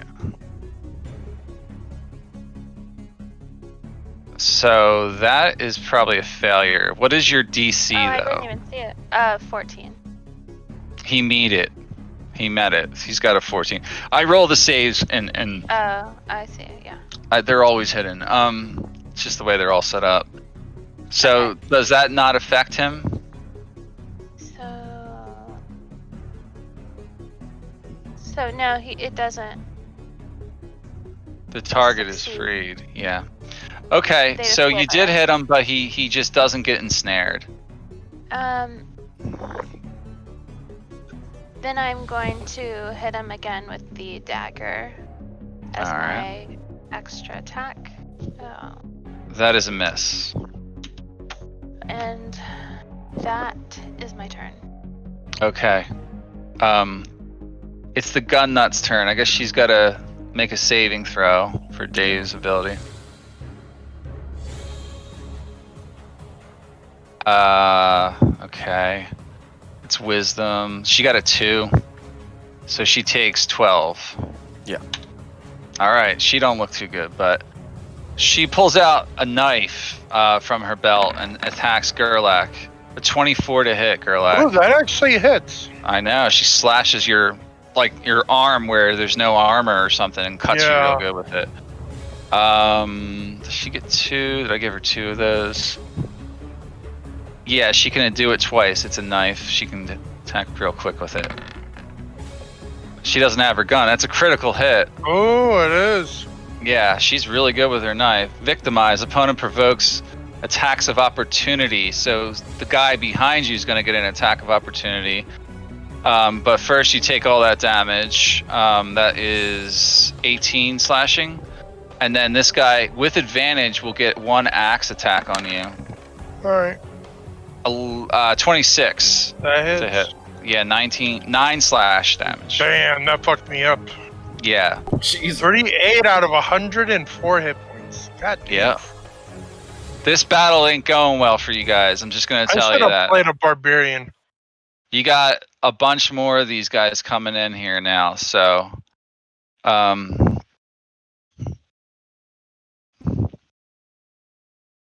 it's not looking good, y'all. No. Shit, I can get us all there, but I got it. My turn's so far down the fucking list. So's mine. Mine's at the very end. Okay, I gotta add more scavengers types. Oh, more? Yeah, there's more. I told you guys, more of them showed up. Oh, 4, yeah.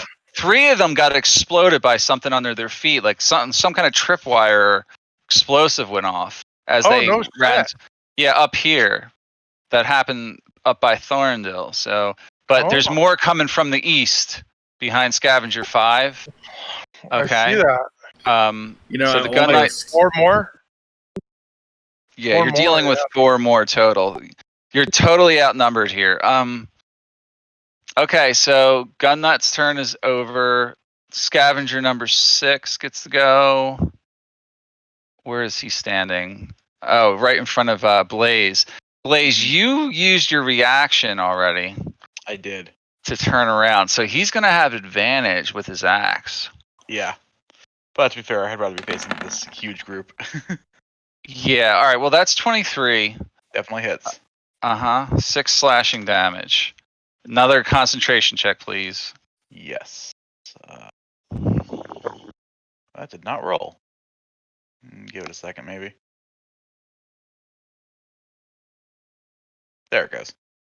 Still good. So that's 1 pass, and he's gonna attack again. 21. Also hits. Yep. 1 more. Okay, you're still concentrating.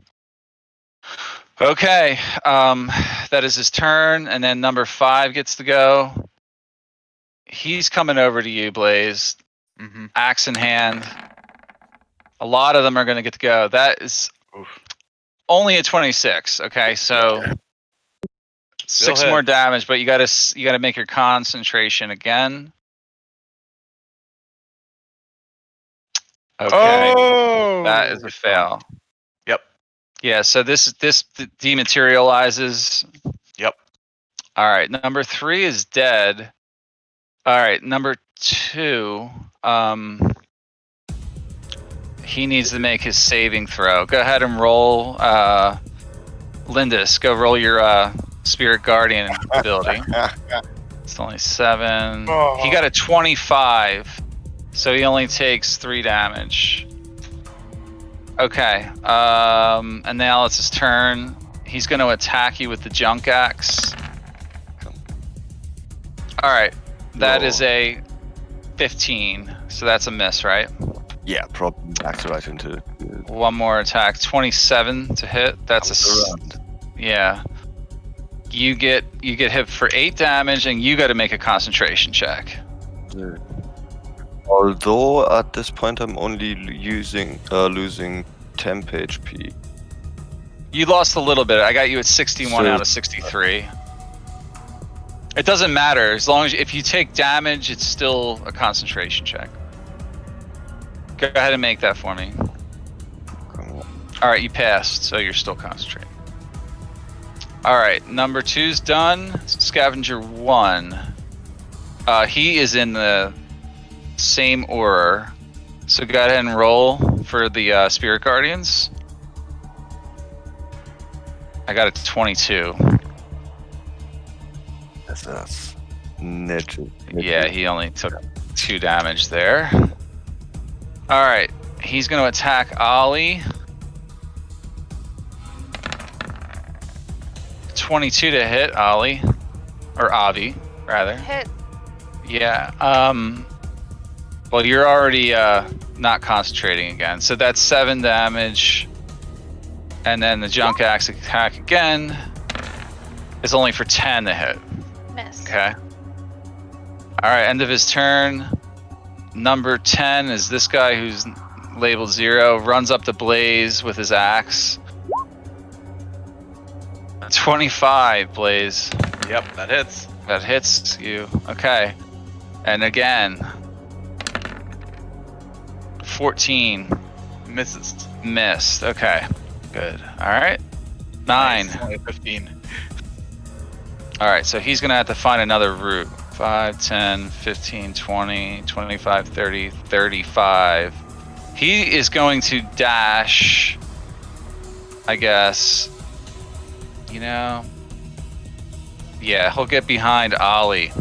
Can't attack this round though. All right, Blaze, you're up.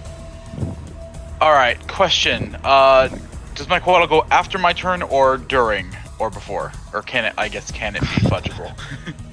You could do it right now. Okay. Then in that case, it's going to fly over here to be closer to me, and it's going to cast Sanctuary on me. Oh, okay. Which means anything that tries to attack me has to make a Wisdom save against its save first. Yeah, Which I forget what that is, but I can look it up when it happens. I see it. I think it's Wisdom. Yeah, it's a Wisdom save. Oh, you mean his DC? Yeah. Yes, or is it a Wisdom check? Wisdom saving throw. Save. And then it will keep flying. Where was it? It was here. Yep. It's 60 feet actually. I can make it all the way over to here. All right, and then I am going to attempt to get out of this. So I guess first I'll 5 feet. I move 5 feet here, which means I can get an up attack from this guy if he wants to take it. He has to make a Wisdom save, right? Yeah, to see if he can hit me. All right. It's 11. That fails. DC 13. Right. Okay, I will then move to here, which gives these two the same thing. Yeah. I'm trying to save. Why didn't you just disengage? 24 for number 10. That passes, so he can attack. Yeah, so if he hits, does it end the Sanctuary? No, Sanctuary stays up until I do a thing. Oh, okay, so it's an 11 to hit. He missed. Misses. And then number 5, we get to see if he saves. A 26, so he also so he can also passed. attack. 24 to hit. Yeah. Giving me 9 points of damage. Ouch. All right. And then okay, move 5, 10, yeah. 15. So then number 6. Now number 6. Okay. So he gets to do another save. Yep. Come on, number 6. There we go. 20. Yep. That makes it. Yep. Makes the check. All right. So an attack roll. 22 to hit for 6 slashing damage, dude. Okay. All right. You're trying to dash out of there, aren't you? Probably. 5, 10, 15. That'd be 20, 25, 30 would get me here. Now I have options. I still have an action. I could either heal myself or dash. I don't know what she's saying, so I don't understand where to go. I just know I want to get out of that area.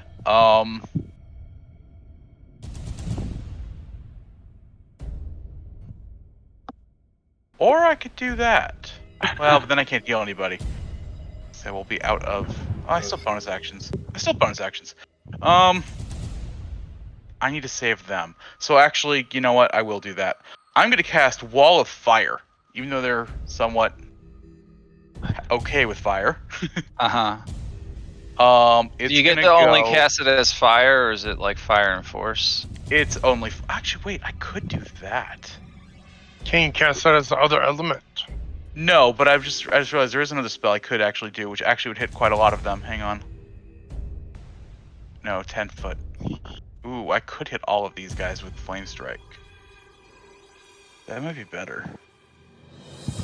That's gonna do a lot more damage. That's not gonna prevent them from moving, though. Well, now they're wall of fire, technically. Did you want to... Okay. You wanted it kind of like that? Well, because Wall of Fire can go like this, basically. It can like be weird.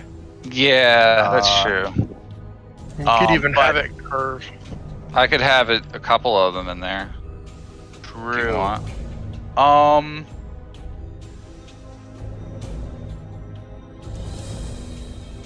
Like shoot, that. They're all resistant to fire, though. Would they even hesitate to jump through a wall of fire? Or would I think they'd even hesitate to run through a wall of fire? Maybe not.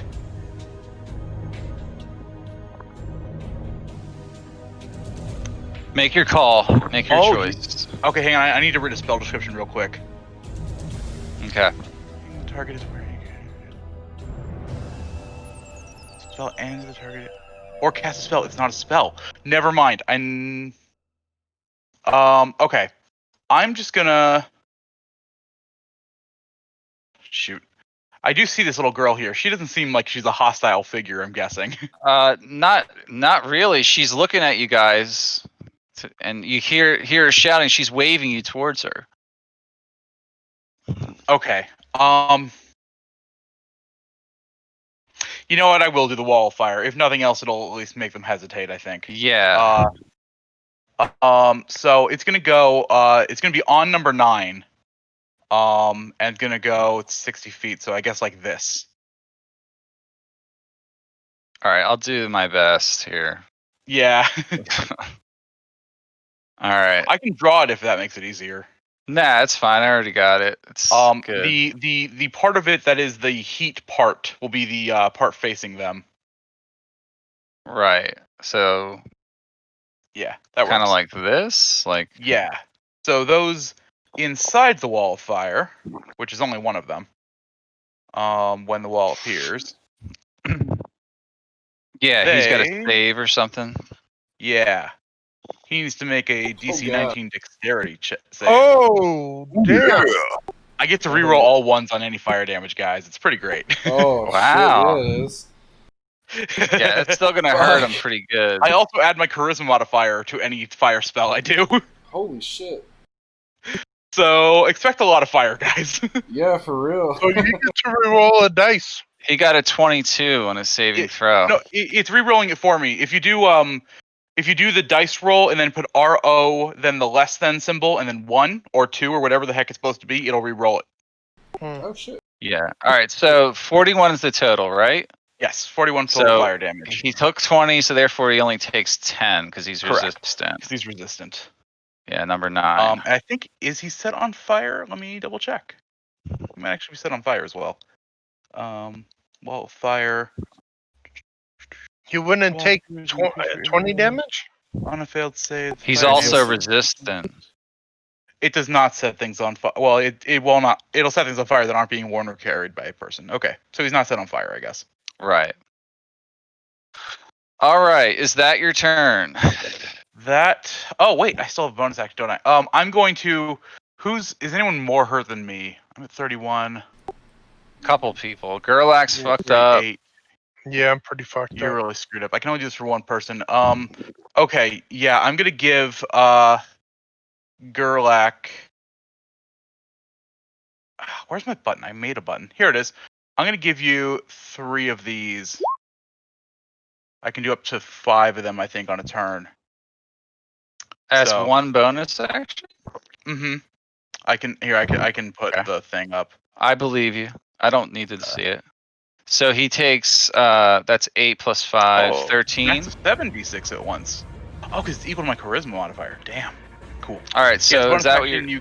you can heal 1 creature that you can see within 60 feet, spending dice from your pool. So I use up Mhm. 4 of those. So you 4 or heal 3. 3. Sorry, yeah, 3 of those. That's 13. Yep. So you get 13 health. All right, he's at 51. Okay. That's I think all I've got. Oh yeah. All right. Sanctuary. I'm still. Oh no, I'm no longer sanctuary. I made an attack. Yeah, you made an attack, so... Yeah. No longer sanctuary. All right. Well, hopefully I'm that'll going- prevent them from coming up. Oh, Okay, the wall also blocks line of sight because it is opaque. I was about to ask you how Okay. tall it is. It's as tall as he wants it to be, I think. I think it's like 20 feet tall. Okay. All right, let's move on, though. Let's go Yeah. to Thorrindyl. You research that, and then Thorrindyl, you're Yeah, next. I'll let you know. 20 feet high. He is gonna look around. He sees the girl. He knows, she basically said, "Come on," and fuck, I didn't want to burn a shit ton of psi points, but we need to get everyone out of here. He's going to. I think everyone's within 60 feet. Yeah, for sure. So he's going to. Even Ovvy? Even Ovvy? Yeah, she's within 40. Okay. All right, so everyone feels like a tug on their navel, and he's going to use Phantom Caravan. Whoa. And he's going to pull everyone What is this spell? to right here. So basically, he's going to have everyone around him right here. Holy shit, that's badass, dude. Oh, wow. That's costs- fucking a great escape Is this ability. Is this a new class? I've never heard this. Yes. Yes. Oh, very cool. Very powerful. I didn't want to use it Panther because will it's just 6 come psi at you, points. but- I'm burning through my psi points, but we need to get out. Yeah, I already burned through both my spell slots. So yeah, he'll get everyone here, and then because no one else can understand her, he'll say, "Follow the girl." And All right. I don't have a bonus action I can. She heads down the hatch, and she's like, follow me. And then she goes down, and there's a ladder there. There's a ladder, Thorrindyl. Okay. Do Actually, you still have any... Can you still move? I was gonna say I can move, so he's gonna go ahead and go. All right, so you go down, all right? Yep. I'm taking you out of there, okay? Okay. You're gonna be looking at nothing for a second. Yeah, for that's a fine. minute or two. All right, that's your turn. All right, Lhindis, do you go down there? No, I'm holding my action just in case anyone wants to come after us. They You should sure? walk into my thing. Yeah. As soon as the last of us has vanished, I'm gonna come after the others. Wait, to move? Okay. Yeah. Yeah, All right, exactly. I got what you're saying. Holding the action. Holding dash. Are you holding turn or holding action? She's Can you holding hold- her action to move. She's going to use Okay. movement. So, Holding I just dash want to action. block this Okay. path with the Spirit Guardians for as long as possible. all right. All right. Number 11 is over here. He's all the way up top. Oh, that one. Yeah, he comes down to here and gets to about there. He sees this crazy aura, so he tries not to step into it. Oh, look, they're playing smart. Won't bring them to me. He's gonna blast the only one he can, which is Gurlac. Okay, Called motherfucker. off shotgun. It's a 27 to hit for a total of 5 damage. Damn it. That hits. Mhm. And then he fires the other barrel. Okay. Boom. Damn it. Head again. I don't have a shotgun effect, so I just use that. Yeah. Who's this hitting? Gurlac. It's hitting Gurlac only. He's got a okay. 15-foot cone, so he's Okay, cool. so 6 more damage there, and then that's the end of his turn. He stays there. Scavenger 8. So they're all down here. They're gonna move up to here as much as they can. They're gonna stand behind the fire though. They do feel the heat 10 feet from the wall. On this side of it. They take damage. At the end of their turn, Yes. they do. All right, so they'll kind of keep back from that, even Yeah, though they're so resistant. They're not. It's 10 feet, so Mhm. anywhere within 10 feet of the wall, on this side of the wall, I should say, not on this side. Okay. Yeah. This Basically. one moves up a little bit. They're loading their weapons. You know what? Fuck it. I'll just have them go through.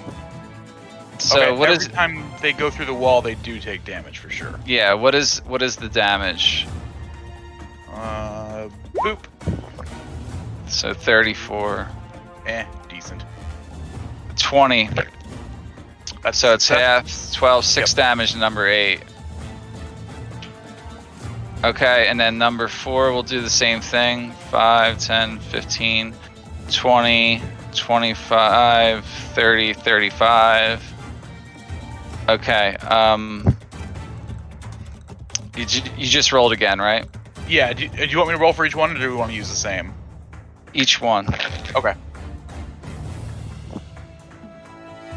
He got a 13. So that's a failure. So 42. Although half of that's 21. Yeah, he takes 21. You see them jumping through it, like, you know, they're desperately trying to get through. All right, Gurlac, your turn. Well, I heard the, whatever it was, some type of spellcaster, I don't know. Say everybody in the cave, so I move into the cave. All right, you go down the cave. Yep. You start climbing the ladder down.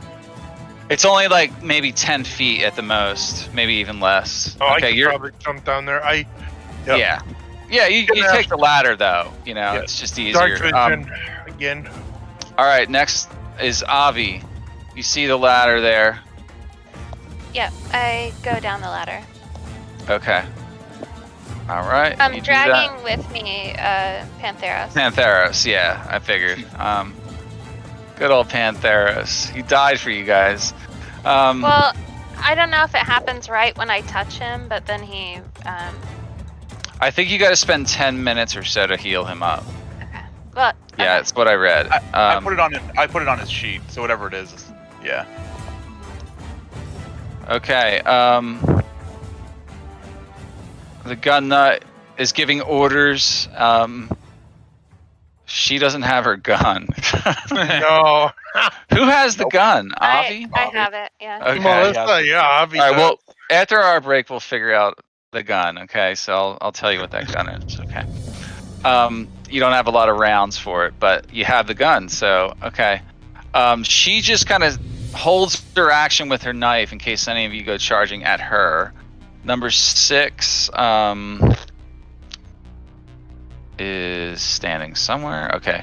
5, 10, 15, 20, 25, 30. Actually, yeah, he'll go in there. So he's gonna take both fire and radiant. Yeah, so DC 19 saving throw for Dex. She was telling them, "Don't be afraid, you cowards," like or something. 18, and that's a failure. So he takes, what is that, 21 again? 21 fire, yeah. Yeah, total of 21. And then he's gonna take that radiant probably, at least part of it. And in her case, necrotic.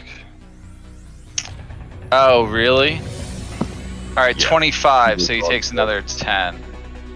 But he gets in range of, I think maybe both of you.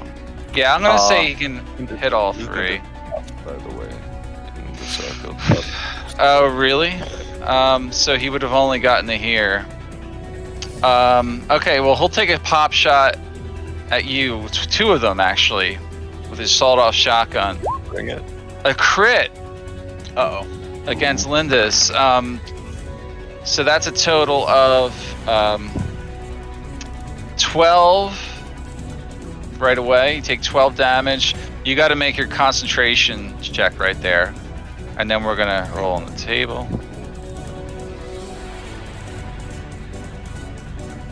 All right, you pass, but now you also got to make a wisdom save or be blinded for 1 round.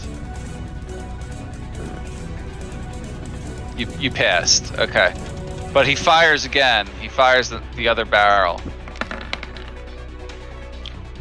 All right, 15's gonna miss you. You shield yourself. None of the. Behind it. Yep. Okay. Number 5.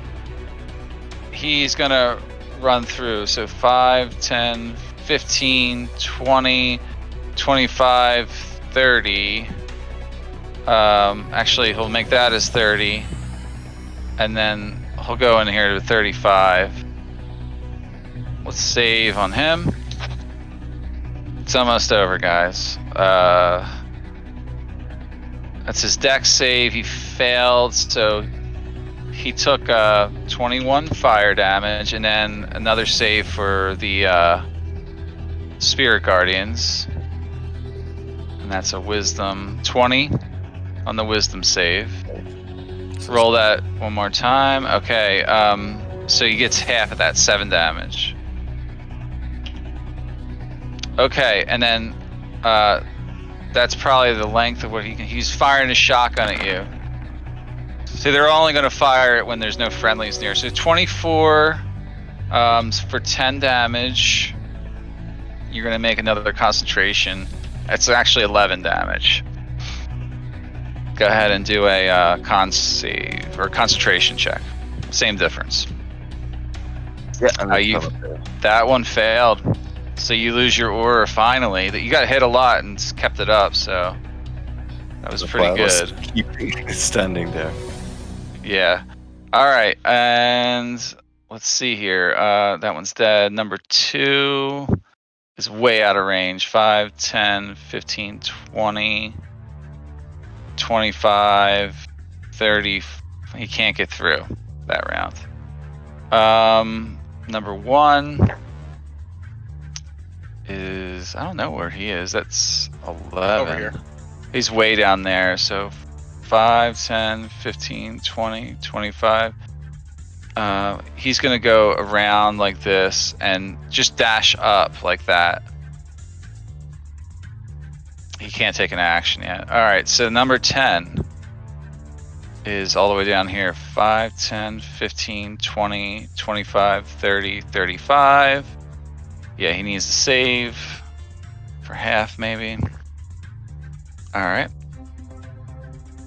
It's Dex 19. So he takes it.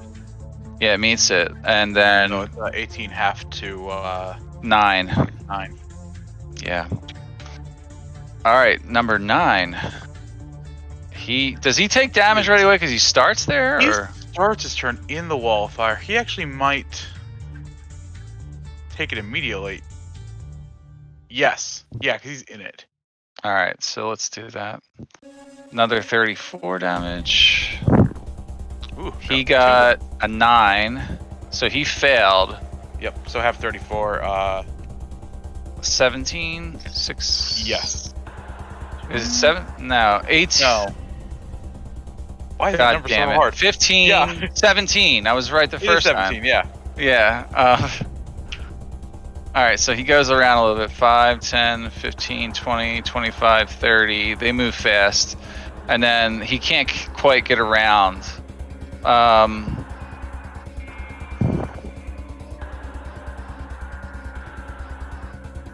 He's not going to fire. Actually, he will fire. He can fire in a way where it's only going to hit you. 16's going to miss. And then one more attack. Uh-oh. 20. That's just hitting, yeah. Yeah, it just hits for 6 damage. Okay, and that is his turn. Alright, one more before it's Blaze's turn. I forgot number 7 way back there somehow. Forget him. He's a coward. I know it went wrong. It was how I did something in the initiative tracker earlier. Didn't? I thought All 9 right. already. I don't know. I don't know. No, 9 got there last round. Oh, that's Thank- right. Yeah. Alright, so he's going to move up to about there and fire the shotgun. At All right. all 3 of you this time. Yep.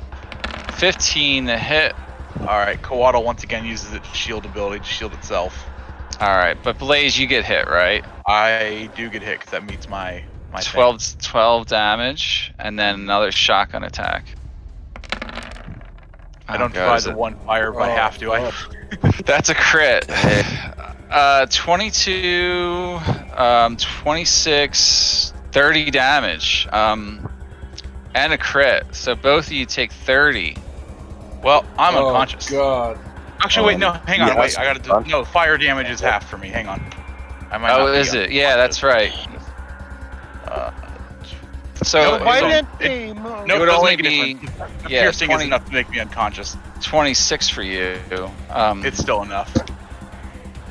Lhindis is gonna have to pull something off here.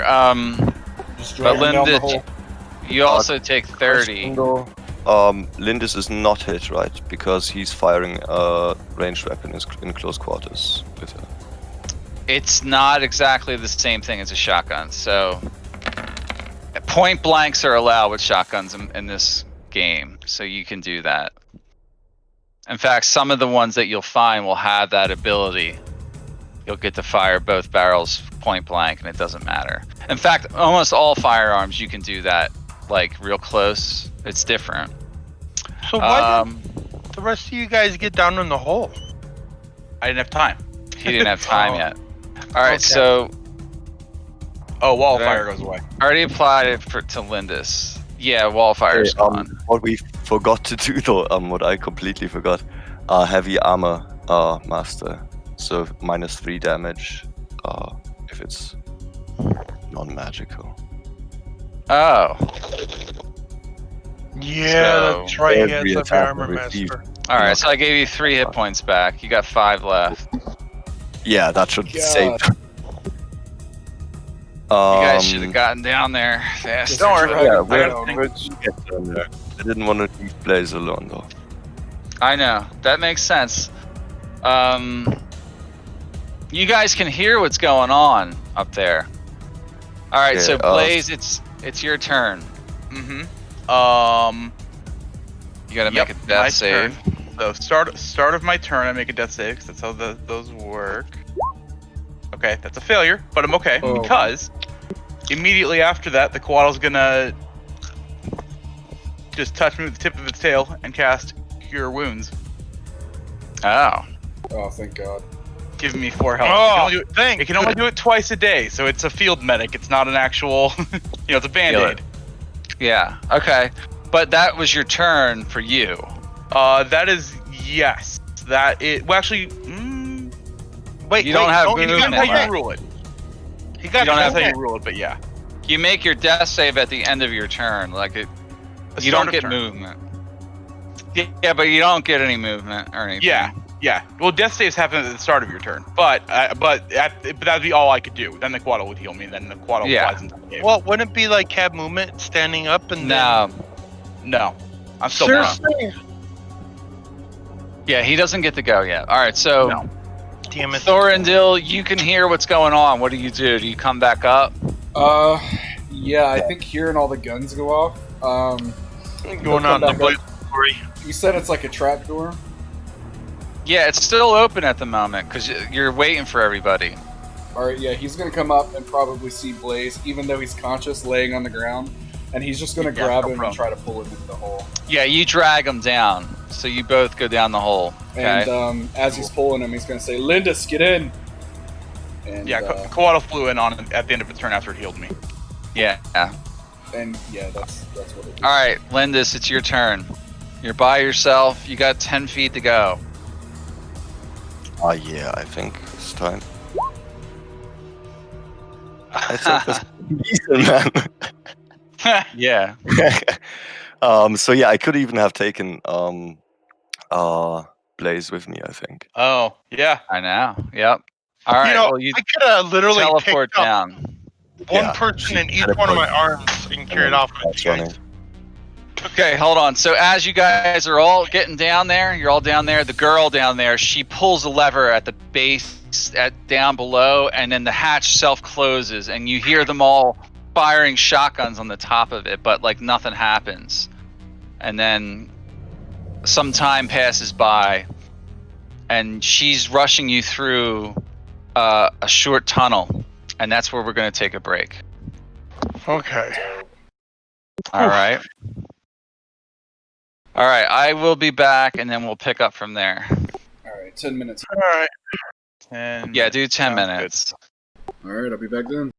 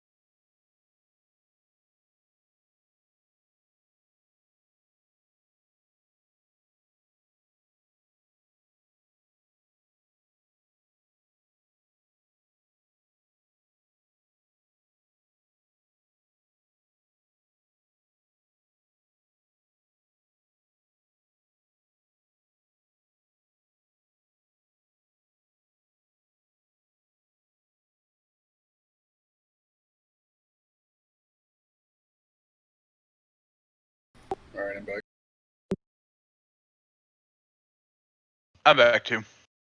I realized I actually gained more health from that healing from the Quaddle than I thought. Good. First fight down, we almost died. Yep. Except for Ovvy, she still has her fucking 10 HP.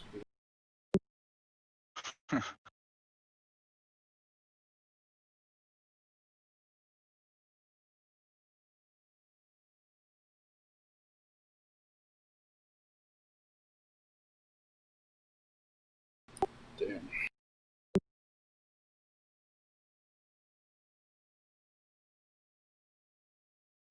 Hey, I'm back. Hello. Hey guys. All right, I gotta figure out where you're at now. Oh, I would have God. gained. Go ahead. I would have gained more health from that healing. I realized because of my other warlock shenanigans. What shenanigans? I linked it so I wouldn't forget it. The gift of the Yeah. ever living one. So it would have healed me a total of 8 plus 3, so 11. All right, so another 8. You got Yeah. 4. Or another so, 7. All right, no problem. Oh, you guys are all back? We're almost all back. Except for Melissa and Dave. Alright. Just come back. I had to I'm get here. water and bring my dog in. Vince, who let the dogs out? These.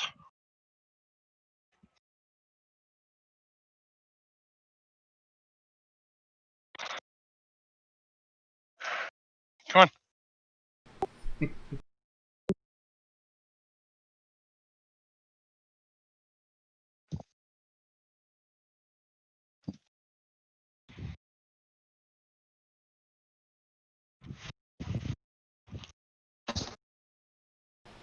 Oh, I'm definitely writing a poor Yelp review about this place.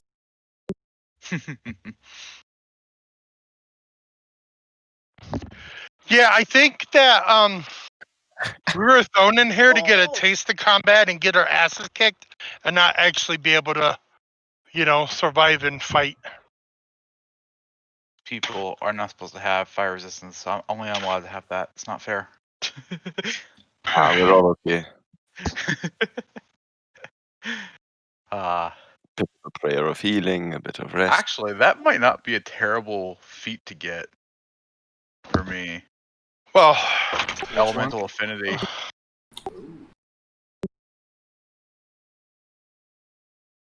Could make things that have resistance to fire not be resistant to fire. Doesn't do anything against invulnerability though.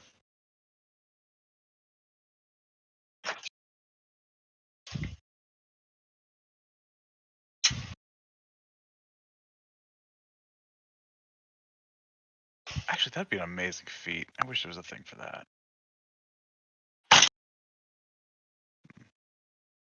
Maybe like an elemental mastery or something like that.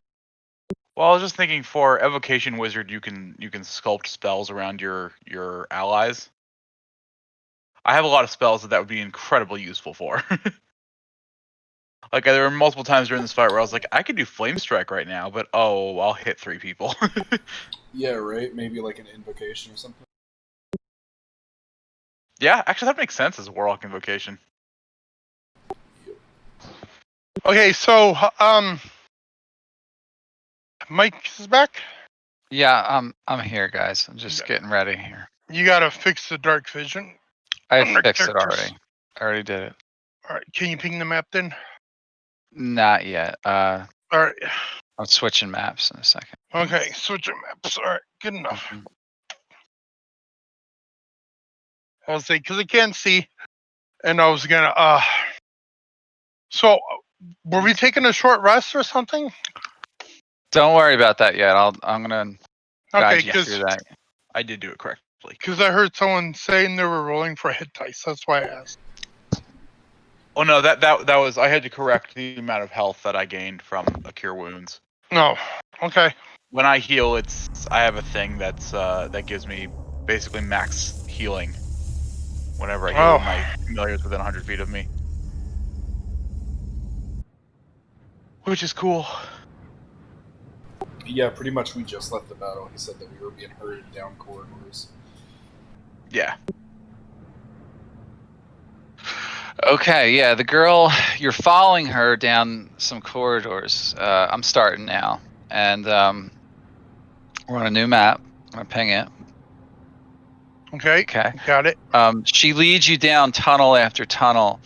And then you enter this one area and, you all come through and then she flips another switch and then like a steel door shuts behind you guys. And then she's like, Atsumitata, kasi.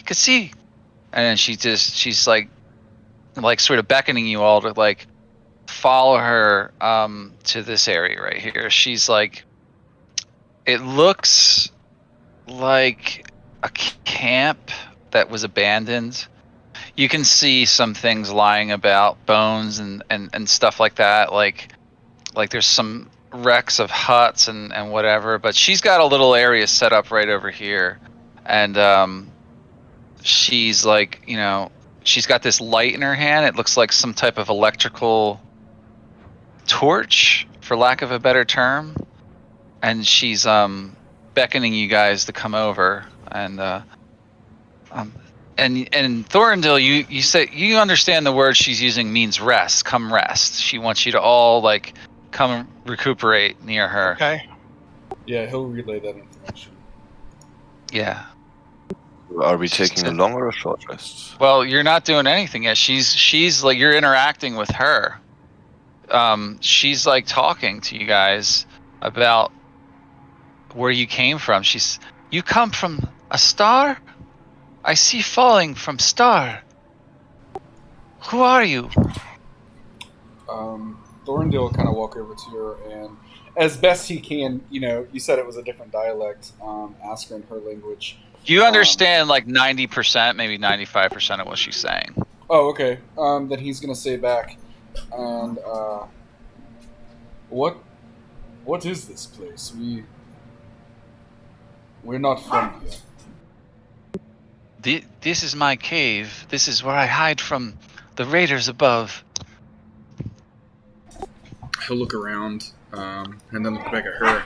And, I mean in broader terms, where are we? I do not understand the question. We are in the wastelands.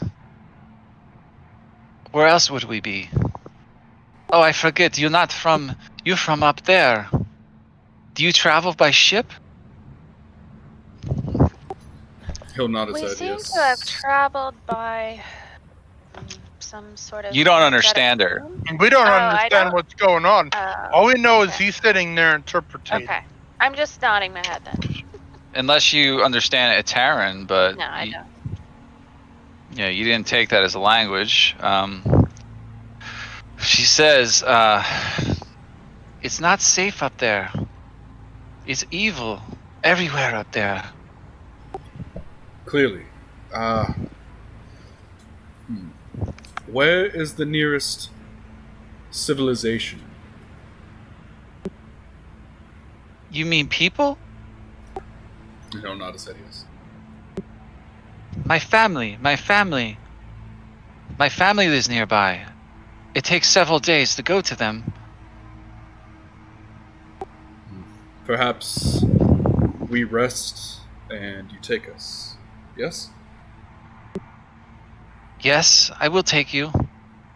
Family, they love me, but I have to travel away from them sometimes to find supplies and things to help us live. And then I find you. You are the Star People. My family are nomads, as you would say. We travel across the land in secret, hiding from the evil of the land. But we are the Star Worshipper tribe, and our prayers have been answered by the Star God himself. That's why you come. You come to save us. I think he'll kind of relay what she's telling him to everyone else, and then turn back and he's seen the role before. Yes, you all know what the Virul are, yeah. Oh shit! I didn't take. Never mind. For a second, I thought I took. I was gonna take minor illusion, and I didn't. So never mind. I have it. I have it. If you tell me what to do, I could do it. Oh, I have prestidigitation. You can still do the same thing with that Yep. I was wanting to do. So he'll hold out his hand, and he's going to make a small illusion in his hand of the roll, or is it Virul? You could. It's like you roll it off the tongue. Virul. Okay. He's going to make an illusory image of that with prestidigitation, and is this what you're needing? Of what exactly? What do you mean? The rule that he's seen. Like, I guess it'd just be like the grunt troops. Like, just a little image of them. So he can say, is this what you're needing saving from? Those are the devils. Yes, we are afraid of them. But they are not the worst here. Sometimes. They take people, and people never return.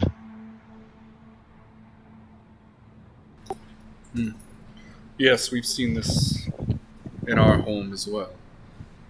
You said Your they're not home? the worst? Well, there are many other evil people now. When Virul came, well, this is what my mother said. Before that, the land was great and green. Now, much not so. But the Virul destroy. As you say, Virul. We call them devils. Like him. And she points over at Blaze. Why do you travel with one like them? I can assure you he is not one of them. We were sent here to try to find a way to defeat them. I'm assuming from... You called it the wasteland. That... There's no better word, unsuccessful. but... Yes, I don't know all story. Only the elders know. Make an insight check. Yep.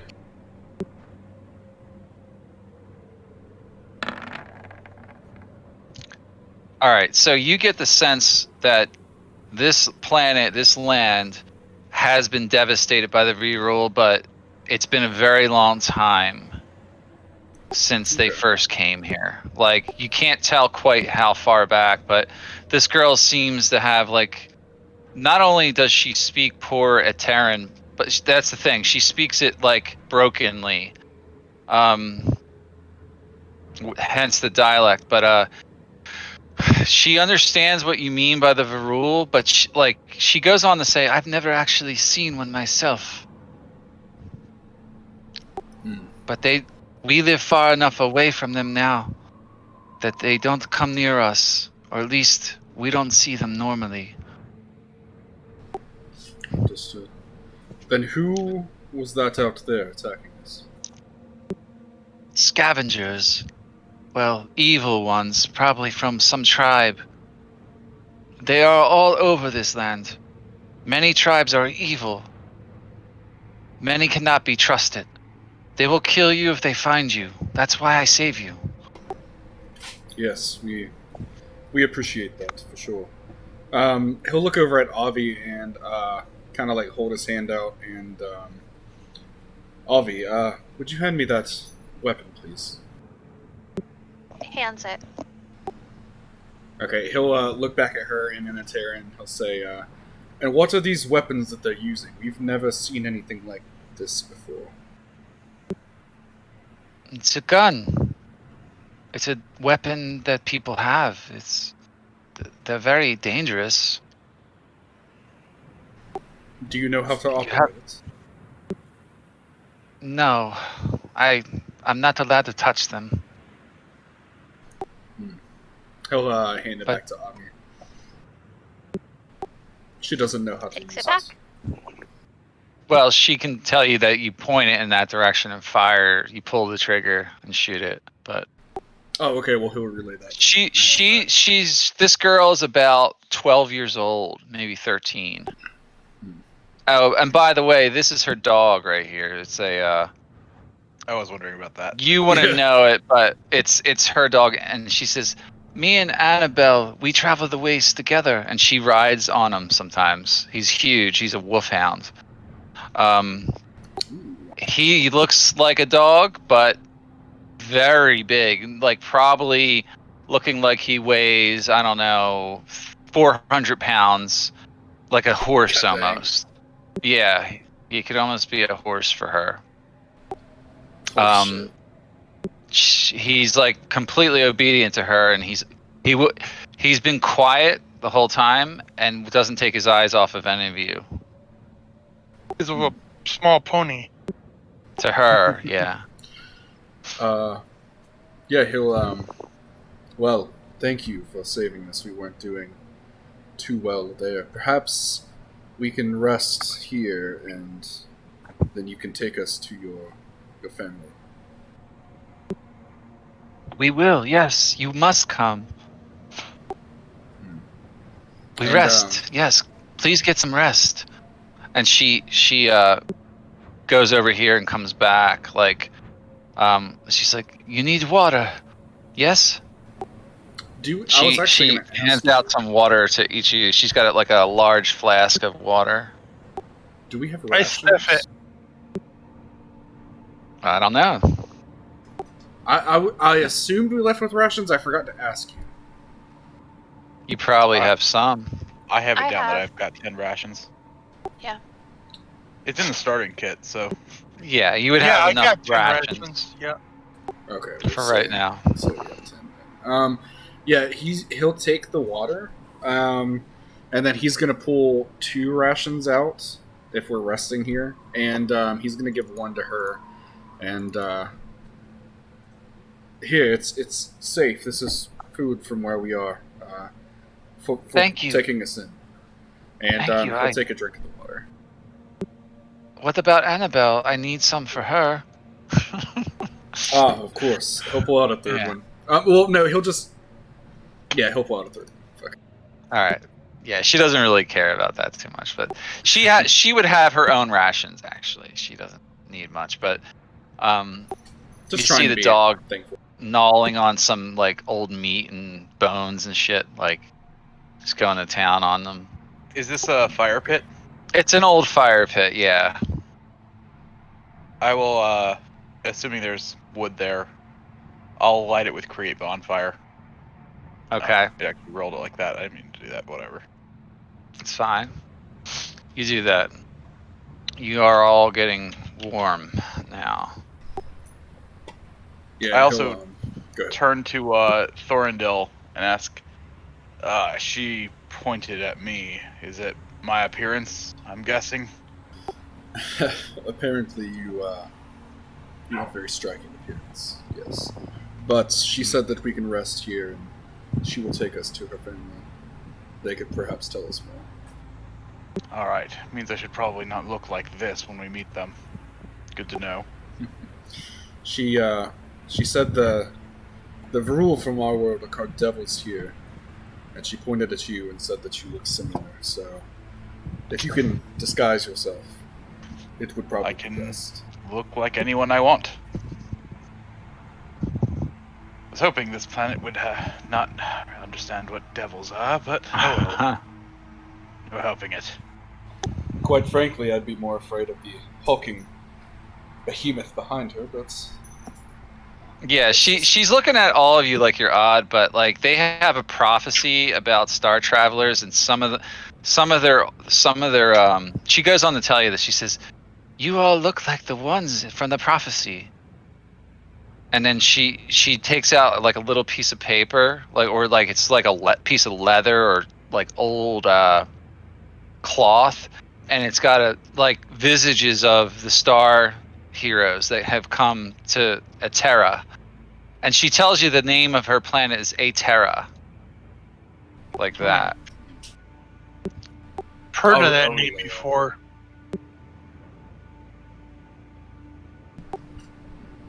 well,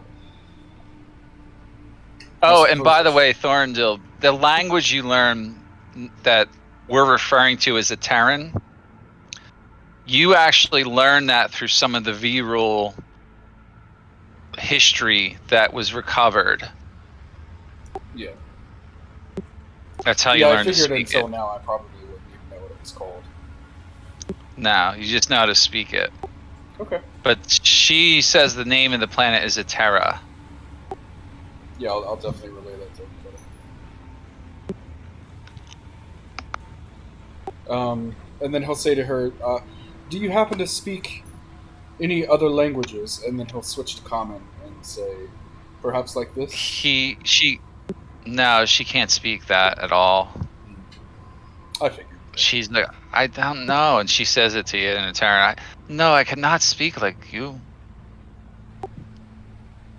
Not a problem. While I'm sitting here, just, kind of observing their conversation, don't know what the fuck to talk about. I could barely even speak common myself. I speak a very broken common. As usual. Yeah. Every character. Yeah. I summon my inner strength and like use my second wind on myself and regain 20 hit points. All right. 1d10. I rolled 1d10 plus 10. You guys are about to take a long rest, though. Oh, probably. well, I don't want to. Well, I mean, might as well spend it. I mean, who knows? We might come across like some wormlings or creatures. Yeah, that's true. You make a good point. Alright. I guess Thorrindyl will probably settle into rest, like lean against this rock formation here. Yeah, I lean up against there and I kind of sleep with one eye open. I always sleep with one eye open. Especially with these new comrades, which I take are my companions and friends. And then again, I never befriended creatures of this sort. We always conquered and destroyed them and ate their flesh. So it's it's a whole new experience for me. Yeah, I didn't think about that. Thorrindyl is probably like, as he's sitting here watching you, like, you're not taking your rest by yourself. You doing All right. prayer of healing? Yeah, so Ooh, I heal fully from that. I like that. everyone can get 19 points from that. Since we're doing a long rest anyway, won't matter really, but just in case something happens. And I'll What is that rolling? It's rolling 3d8s? Yeah, and Or is that 4d8s? 2-4. I made it a 4th level. So did you want to... Or... So it's 4d8s, right? It only matters for me. Yeah. Okay, yeah. Cool. So did you guys want to take the short rest now, or did you want to continue to speak and ask her questions about anything? Or long rest, rather. I think at this point, Thorrindyl is just wanting everyone to rest and recuperate, and then he's like planning to talk to her more later. Like, they just got out of this fight. I saw quite a few of them get very hurt. Yeah. Blaze definitely wants to rest. Yeah, but like some of these conversations might be part of our long rest, right? Mm-hmm. Yeah, true. Yeah, that's what I meant. Like, I just meant, do you want to keep talking to her, or do you want to complete the long rest? So I'm sorry. No, go ahead. I do got a question. Okay, now that rock house be hiding behind, like, I was wondering, I didn't do it because I was, I didn't want to like go full blown into it. But how large do you think that was? That like a stone, know. or like would would it weighed more than 4,200 pounds? Or I could have picked it up and threw it. Nah, not something like that. That would have been too heavy. No, not even. Well, not even you could have picked that rock up. You're not that strong. Yes, I am. You added it to my sheet. Yeah. I know, but that would have been, heavier than what you would have been. Heavier than 4,000 pounds. Okay, 2 tons. Yeah, something like that. Yeah. So, Okay. She says to you guys, like, we must rest and I'll take you. Okay. Of course. It is safe here. No need to worry in here. I have it safe. Ovvy, Okay. how is Yes. your Almost beast? Did you talk to me or are you talking to Blaze? Yeah, that was Blaze asking Ovvy. Oh, duh. Seems to be fine now. I assume that at some point I've touched him and now it's been more than a minute later and he's got all his hit points and he's just fine. Right. Resting comfortably. Yeah, he's good to go. Yeah. When we rest, we curl up together. We're really cute. Okay. Oh God. Who's going to be cute? So you guys are resting then. So you take a long rest, and at the end of 8 hours or so, the girl whose name she told you her name was Star. Star Armistead. Okay. Yeah. Star. Yeah, Star. Yeah, like only Thorrindyl knows how to say it right now, but he can teach you her name. Star Armistead is her name, like this. Sure, I misspelled the last word or the last name. Yeah, he I would got have close. relayed the translation, please. And you guys are starting to wake up, and she's like, "Follow me," and then she leads you down this way. Okay. Fall closely behind her. Don't forget to Yeah, add your temp To HP, guard her. guys. right. And it's just a short walk, and this rock formation, she leads you around it, basically, and you go like down, and then you go up another ladder, and you come out on the surface of that desert-like area, and you are now on the world map. Okay. Okay. We all get 12 temporary hit points. I get Right. 17. The rest of you get 12. Yeah. Yep. Oh, I forgot to do one thing. Oh, that's the a other pretty day. cool world map. Hey, look, there's a spaceship right there. Oh yeah, fucking cool. Hold on, I gotta explain a lot of this to you guys. So, I gotta find something here. Yeah, look how many miles is one of those octagons. You'll see. They're big, but I haven't Like decided. 50, 100 miles. Something more like 50. Yeah, for Okay. those. I gotta get a party icon here. There we go. So, anywhere you see green, it's not really like that green, okay? Sometimes it is, but it's sort of like it's a wasteland. So, Gotcha. It's like green sand, pretty much. yeah, that's probably the best way to describe it. Are there this many trees? In places, yeah. Now they're Okay. not like, from a distance you're looking at them right now. They're not super healthy or anything yet Gotcha. to you, like as far as you can tell. But the way this is going to work, okay, there's hidden shit all over the map. And you have to decide how to go about traveling in this world. Like, so every time you're on one of the hexes, okay, you can make survival checks to see if you can determine which direction you want to go.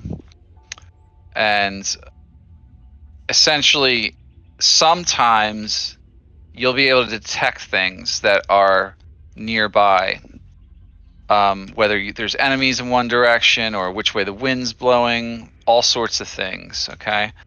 And it's going to be a learning process for both of us. I haven't quite decided, like, okay, it's definitely going to work like this or it's going to work like that. But yeah, you're going to have to take your time on this world map. It's essentially a hex crawl. There's going to be radiation and things like that at time.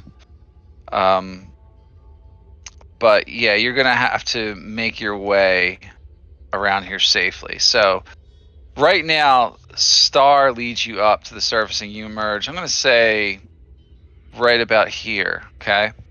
She says that her people are to the northwest of this area. They're nomadic, so they do move around a lot.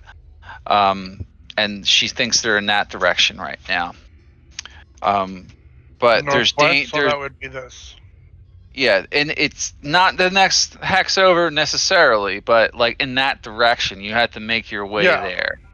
Okay. The purple on the map, anywhere you see that essentially what that represents is severe, like clouds of something you don't know, Some toxicity. like Toxic really radiation. decayed land. Not necessarily radiation, although there is zones of high radiation all over the map. They're also hidden. If you actually so for example, like let's just say you move one hex this way. That's what we're gonna do the other way.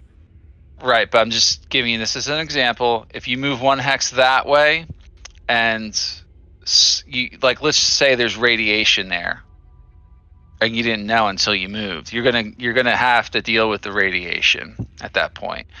Or there could be hidden wandering enemies there, anything, and I have it all sort of hidden on the map.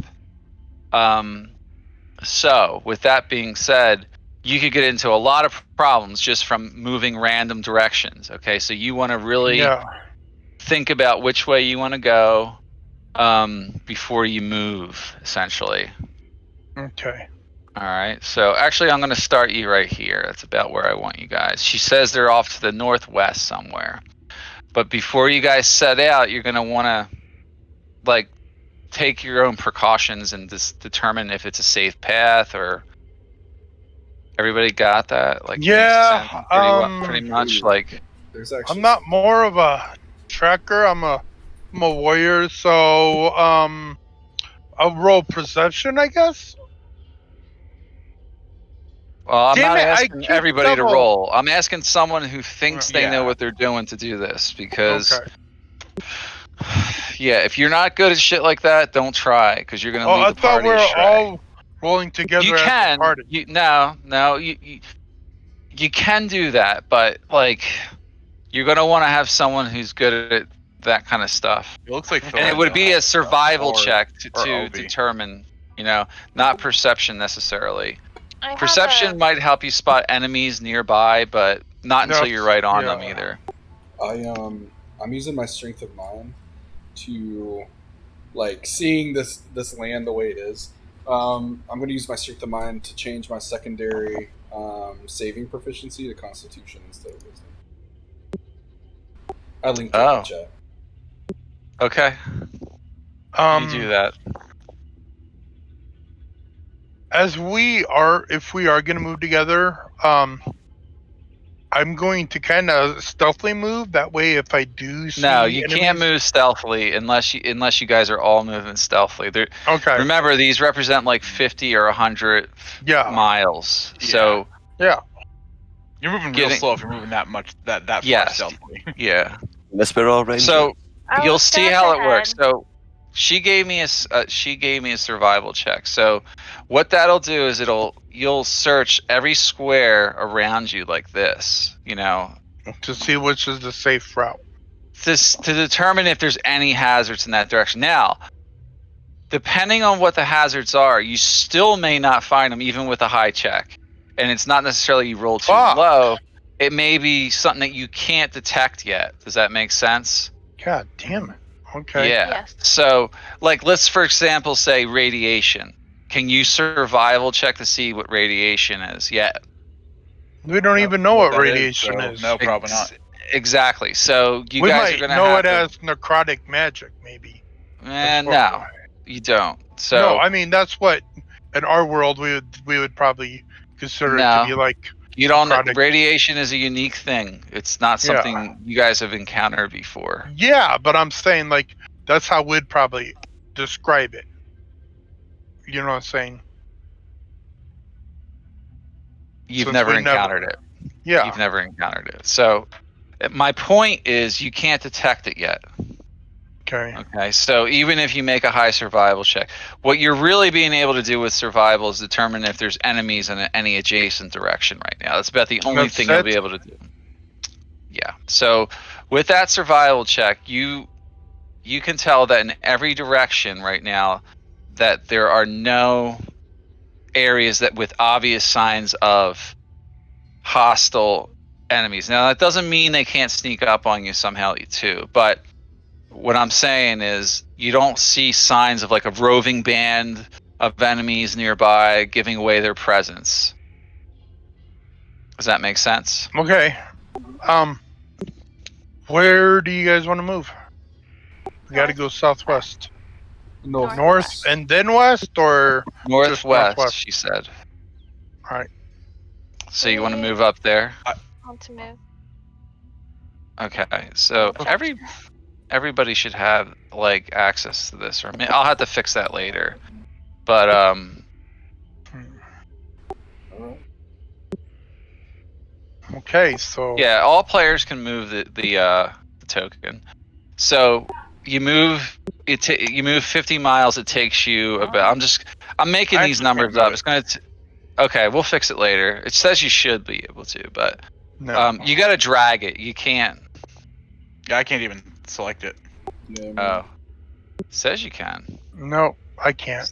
All players can control and edit it. So I'll have to Hey. make a new one. I'll move it for Problem. tonight. Don't ask that again. So just all right. You moved about 50 miles. It took you about 4 hours to get there.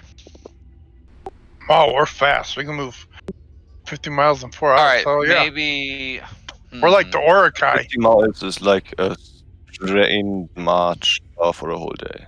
Yeah, all right, that's a little too far. So we'll say it's less than 50. We'll say it's 10 miles. I got Orakai blood. I can move that fast.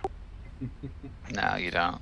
You got All Yeah, right. 6-7 miles an hour is So now what are you doing? You traveled a certain distance. What do you guys want to do? I was gonna say before we started moving at all, I would have made myself look like a human male. Okay, we With already maximum knew you were amount of spaces, changing earlier, but so that's fine. Yeah. Okay, you've done Yeah. that. What do you do now? We search this hex. All right, you're gonna look for a pit. Now you got what? Actually, what you got to do is determine what for each survival check, you got to pick a hex to search in that direction to see if there's Okay. danger. All right. Can I try this to search this next one? Yeah, go ahead and make another survival check. keep touching Ovvy. Huh? You can add a D4. Ooh, good one. All right, so in that direction, you can see signs of something on the horizon, which looks like a caravan.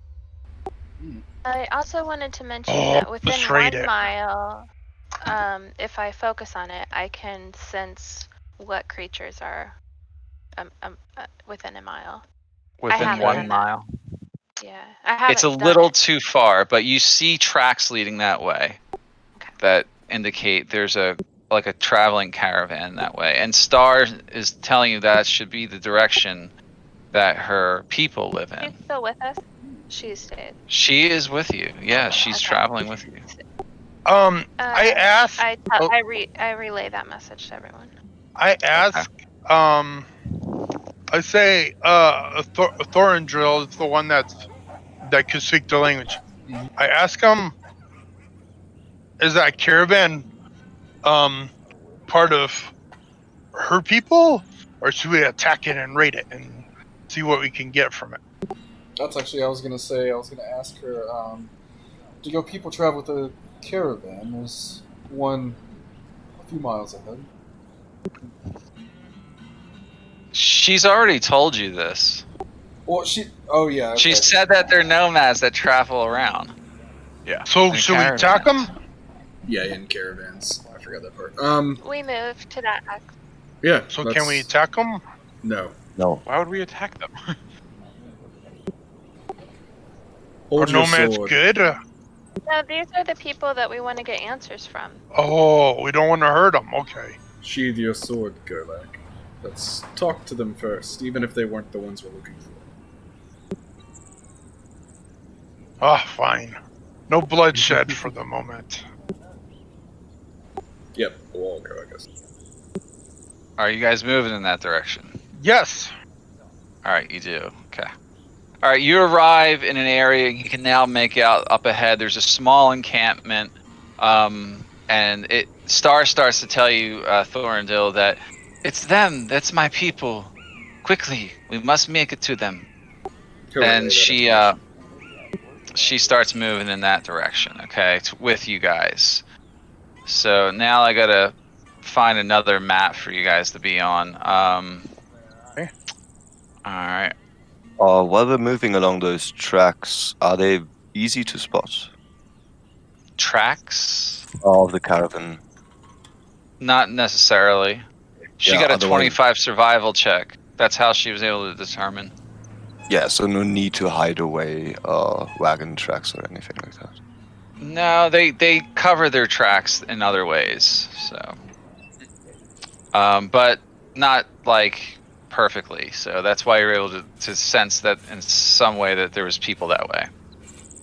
Okay, so I'm moving you to this map here. Okay, Okay.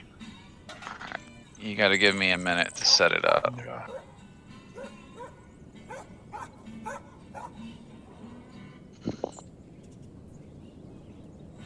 I got to get your tokens on here. So when I move you guys from map to map, because I have no idea which way you guys are normally. Now we're in the open world part of the game, so there's a lot less scripted stuff going on. And expect like, oops, there's 2 Ovvies on there. Expect heavy resistance. No, nothing like that. I gotta fix Thorrindyl.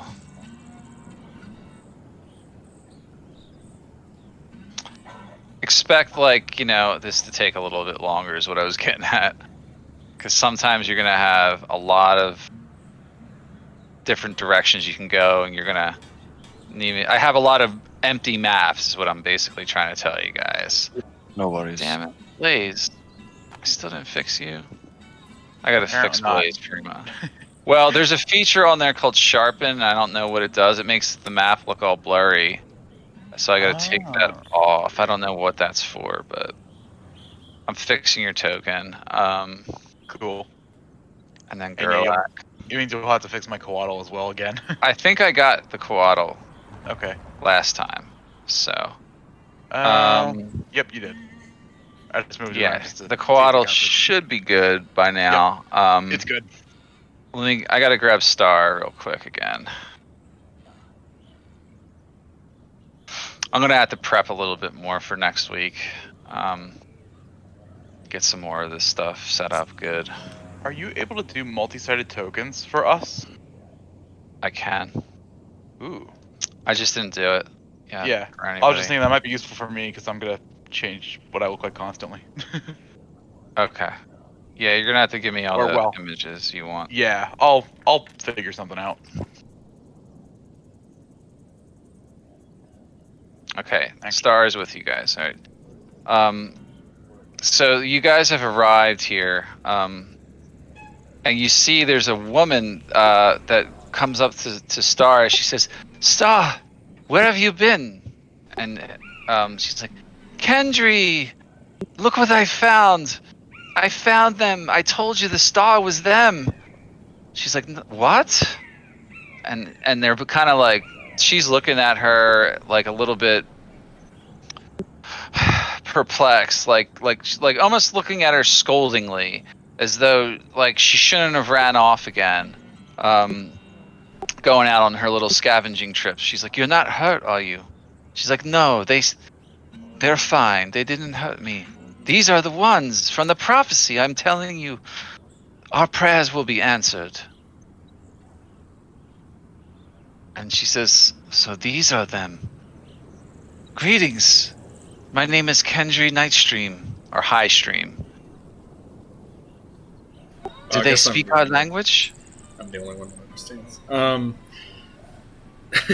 Yeah. Thorrindyl will say, I think I'm the only one that can speak the same language as you. Do you know any other languages, perhaps the common tongue? And then he'll just say something random in common. Something No, like I this. don't. I can only speak my language. And they're laughing and giggling. And she says, he asked me the same thing. I told him we don't speak anything but the language we were taught by our ancestors. It is all right. The gods have strange ways, she says to her.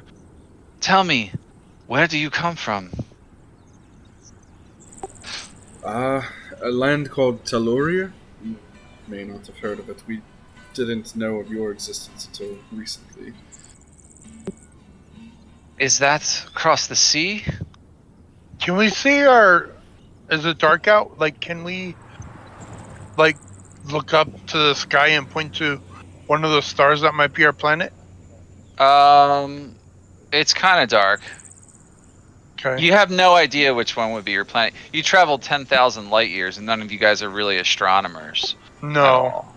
No. Yeah, he'll just say, We a just point sea to of the sorts. stars. Point to the stars. We come from the stars. Or the heavens. I told you, Kendry, they come from up there. She's trying to convince Kendry that you guys really come from the stars. She's not wrong. We do come from a different planet than yours. This is amazing. It will finally happen. We will be saved by them. Yes. We will help you. We will help you, she says. Okay, so Kendry is telling you that your prophecy has been told generation after generation. And that one day you would come to save the whole planet from the evil. They just call it the evil. Well, we've been sent by ours to fight, I think, the very thing that you may be talking about, and he'll prestidigitation make the illusory image again. Are these the things that you refer to as the evil or the devils? I think so. There's more than they- one evil they're really referring to. Like I told you earlier, they mean the evil, like just evil in general. Okay. They mean like the planet has lots of evil. Well, So they know them. So they what? They're aware of creatures that look like that, but most of them haven't seen one. In character, Ovvy's asking Thorrindyl. So they know them. I think what they're talking about is a greater umbrella of evil in general, but she seems to recognize the creature, yes. Could you ask what they know about them? Any weaknesses? Yes, and he'll do just that. They are powerful. I don't know how to kill one. I've never even seen one. Yeah, he'll relay back to Avi. I don't think they've actually come in contact with them. Perhaps it's just prophecy. They keep talking about prophecies. Maybe that's where they know them. Then tell us what is the prophecy? Ask. Yeah, I keep hearing of the prophecy, but I don't quite. Perhaps you could explain it. Our ancestors told us that the star gods will come one day and destroy all the evil. That is you. That is why you're here. You look just like them. See? And then Star shows you the picture again. He'll look at it and kind of just when she says the star gods, kind of roll his eyes a little bit. Yet, like, not like blatantly rude, just kind of like really. And he'll say, "We might come from the stars, but we are no gods.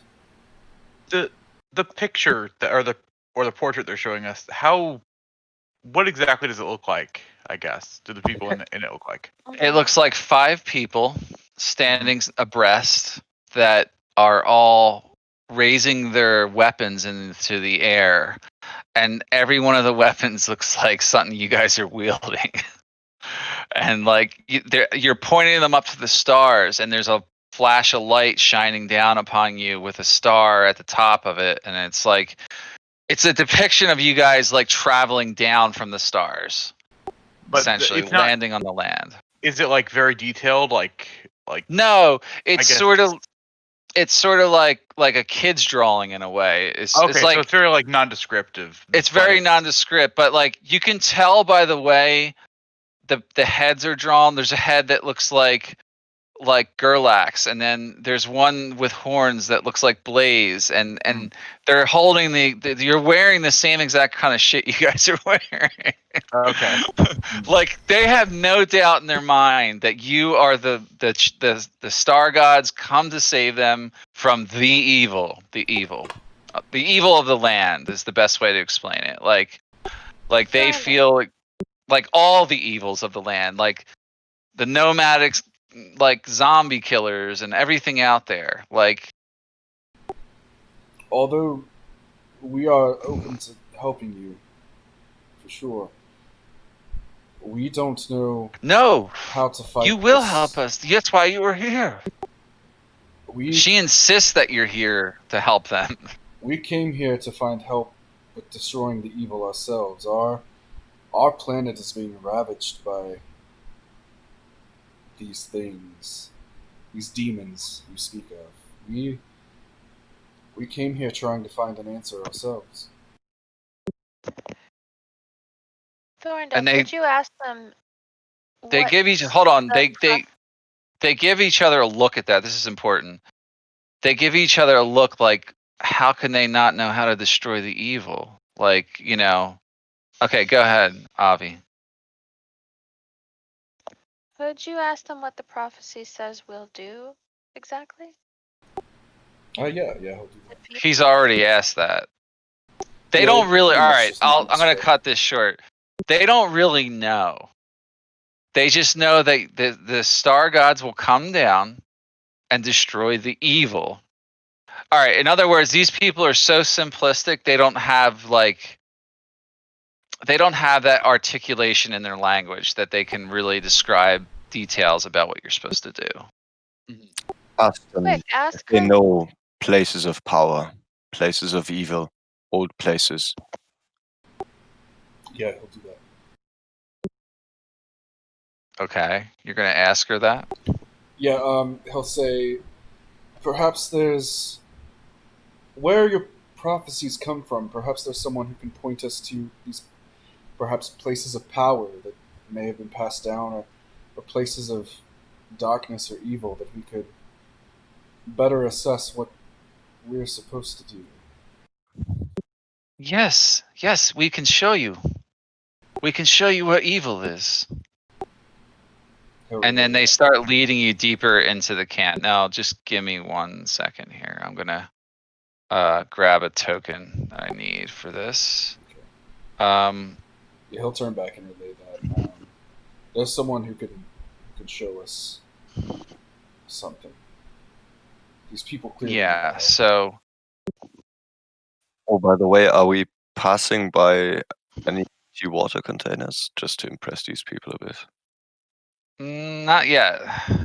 Not yet, really. They lead you further into the camp, okay?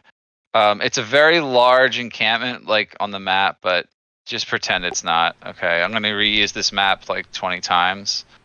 And they bring you over to one of the areas down here. And a guy standing outside is waiting for Kendry to come by anyway. So he walks up and he's like, "Oh, Kendry, who are these?" She says, "Lord, it's them, the star gods." And she spins to him and says, "They have come to save us. They know the prophecy is true. This is amazing. And he says, let me look at them. And he kind of comes over and starts, I can't believe it. Finally, they are here. I never thought I'd see it in my lifetime. And then he says, my name is Lord Daysplitter. Can I have your names? I am called. Oh, I don't know what they're saying. Never I'll mind. I'll introduce them. I am Thorrindyl, and unfortunately the only one that speaks your language. This is Blaze, Gurlac, Ovvy, and Lhindis. We He's super don't live excited. very He's far like, away. welcome. And he just like kind of comes up to each one of you one by one. And like, he's wanting to touch you to see if you're real. Like, he can't believe it. He's like, this is great news. You couldn't have come at a better time. You must help us now destroy the evil. And he says, our people were taken recently. Many of them were taken away. They were kidnapped by a tribe called the Snake Children. Will you help us? Will you help us get them back? If we can help, we will. But I'm not sure you understand the situation. Oh, I understand it perfectly. You come from the stars. You are them. The star gods are here.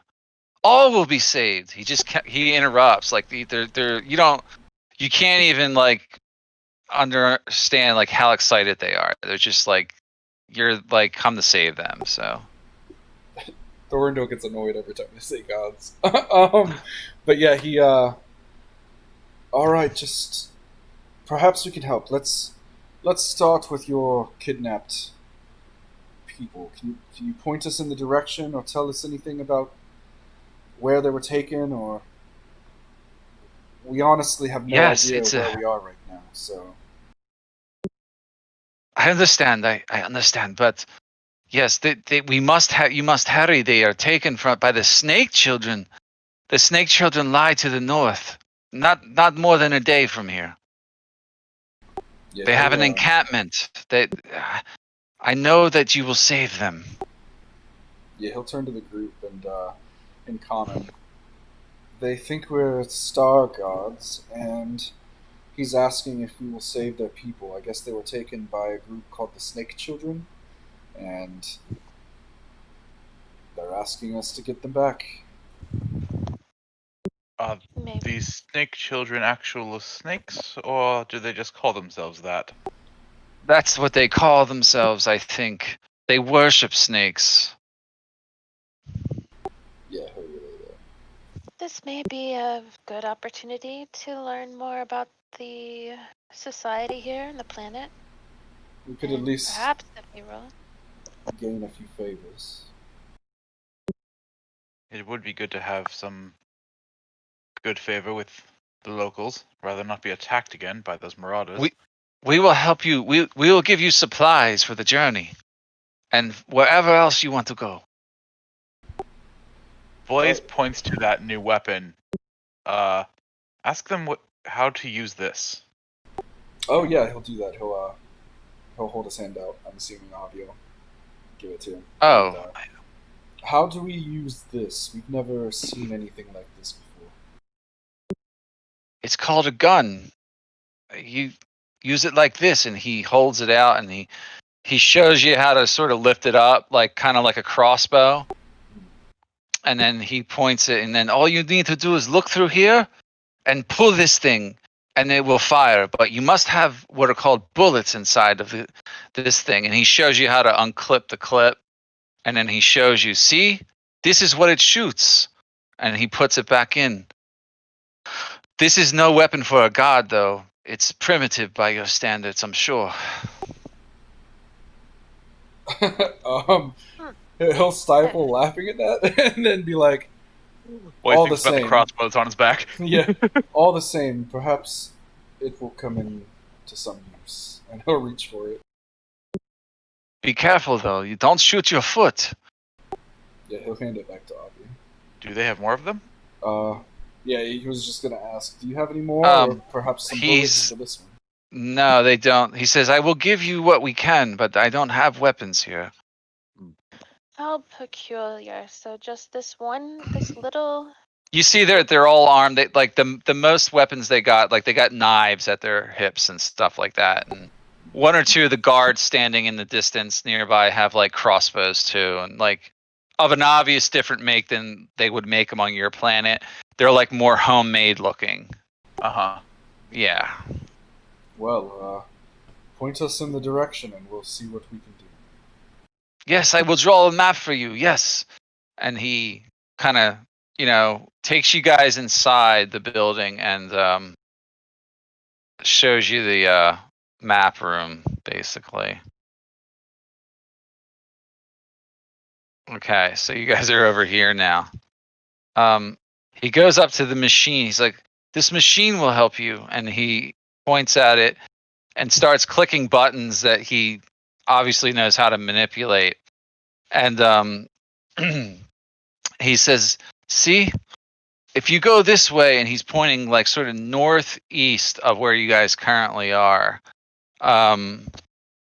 it's maybe, I don't know, 4 or 5 hexes away.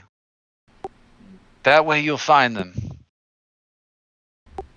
They live in camps like this one, but they are savages, not like us. Okay. Yeah, he'll relay that information to Ovvy, our resident tracker. Yeah, you can all make use of the map. Like everybody standing in the room can kind of see what he was pointing to and, make sense out of all that. Ask him if there are enemies from between here and there. Or any other natural, I suppose, threats. Oh, yes, danger? many enemies are near. You must be careful. Noted. What kind of enemies lurk around here? We've met some of the raiders. A tough bunch. Really. There's all sorts of creatures. You must be very careful. So there's beasts and mutants and all kinds of things. Those are unnatural. They come from the devils in their camps in their cities to the east. I'm sure of it. That's what our prophecies tell us. Our stories, he says. Not prophecies, but like his stories, Okay. Yeah, he'll relay that. They go on this state that they survive by staying obscured. Like they know how to avoid danger rather than fight. Like they're not like, big combat oriented group of people. Well, he's talking to everybody else now. I suppose we should go try to find these people. They're quite a ways away from the sound of it. Yeah, they're a little bit off from where you guys are. It'll take you another session to get to them. So, he goes on to kind of reemphasize the fact that like he will give you supplies when you return the kidnapped tribesmen from the star worshippers, and that's basically it. Yeah. The snake worshippers? Snake children. Yeah, the name of the tribe that stole them were the snake children. They sacrifice people. Put that in there. Snake children took them. And how many people did they take? Somewhere in the neighborhood of 10 to 20 people like that got taken away. What kind of weapons do the snake children have? He's not sure. They're pretty savage, so he would say that they wield strange weapons. Some of them, like more melee and that kind of thing, For any questions that Avi's asking, you see him write down in his notebook. Okay. Well, he tells you When you come back, I will answer more questions, but you must help return them. I knew the gods would send you one day. He tells you that he will help you learn more about what you call the Varul, as much as you can, about the devils that live to the east, if that's what your goal is, to fight the devils. That seems a fair enough trade. We will Thorrindyl, find you. tell them to consider their friends and family saved. All right. Yes. Do you say that to him, or? Yeah. Sorry. Yeah, he realized that. Yeah, you got to say it though, so we can. No. All right. Anyway, Consider your friends and family saved. We'll do our best to. okay. I thank you. I thank you. He says over and over. If you need to stay here for now to rest from your journey, you can. But I would like for you to leave soon and find them for us. I think we will. You probably don't need to take a long rest, but Yeah. like he's saying that it's more of a role play thing, like Yeah. catch your breath, kind of catch up and do what you got to do to prepare and then head out. Like he's hoping for you to head out soon rather than later, Like, what time of day is it now? It's probably dusk, like evening time at this point. Makes sense traveling at night. It's more dangerous to travel at night. And also walking the whole day, right? You walked. I mean, you have no idea what time it was when you landed on the planet. It could have been midday. It could have been late in the afternoon. But you walked 20 Yeah. miles with Star. Yeah, we then, should probably rest. Like we're probably knackered. Not like how far is that in camp? He said it's however many, maybe 40, 50 miles away. Okay, so another day's march. Yeah, he said least. it'll take you the better part of a day to get there. Yeah, probably makes sense to stay here for the night. Set out at first light. Okay. Yeah, you can do that.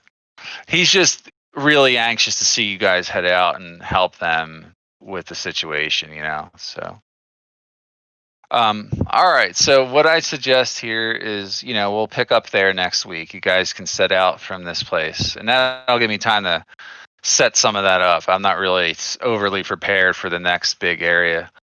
I just got to add some stuff. It won't take me very long, but it's just too long to do right here. Sounds All right. Yeah. Good. Sounds Did good. you guys? What did you think so far? Is it okay? Yeah. It's Yeah. okay. Yeah, dude. I'm gonna go ahead and My stop the question- recording. Yeah. Go ahead and stop that.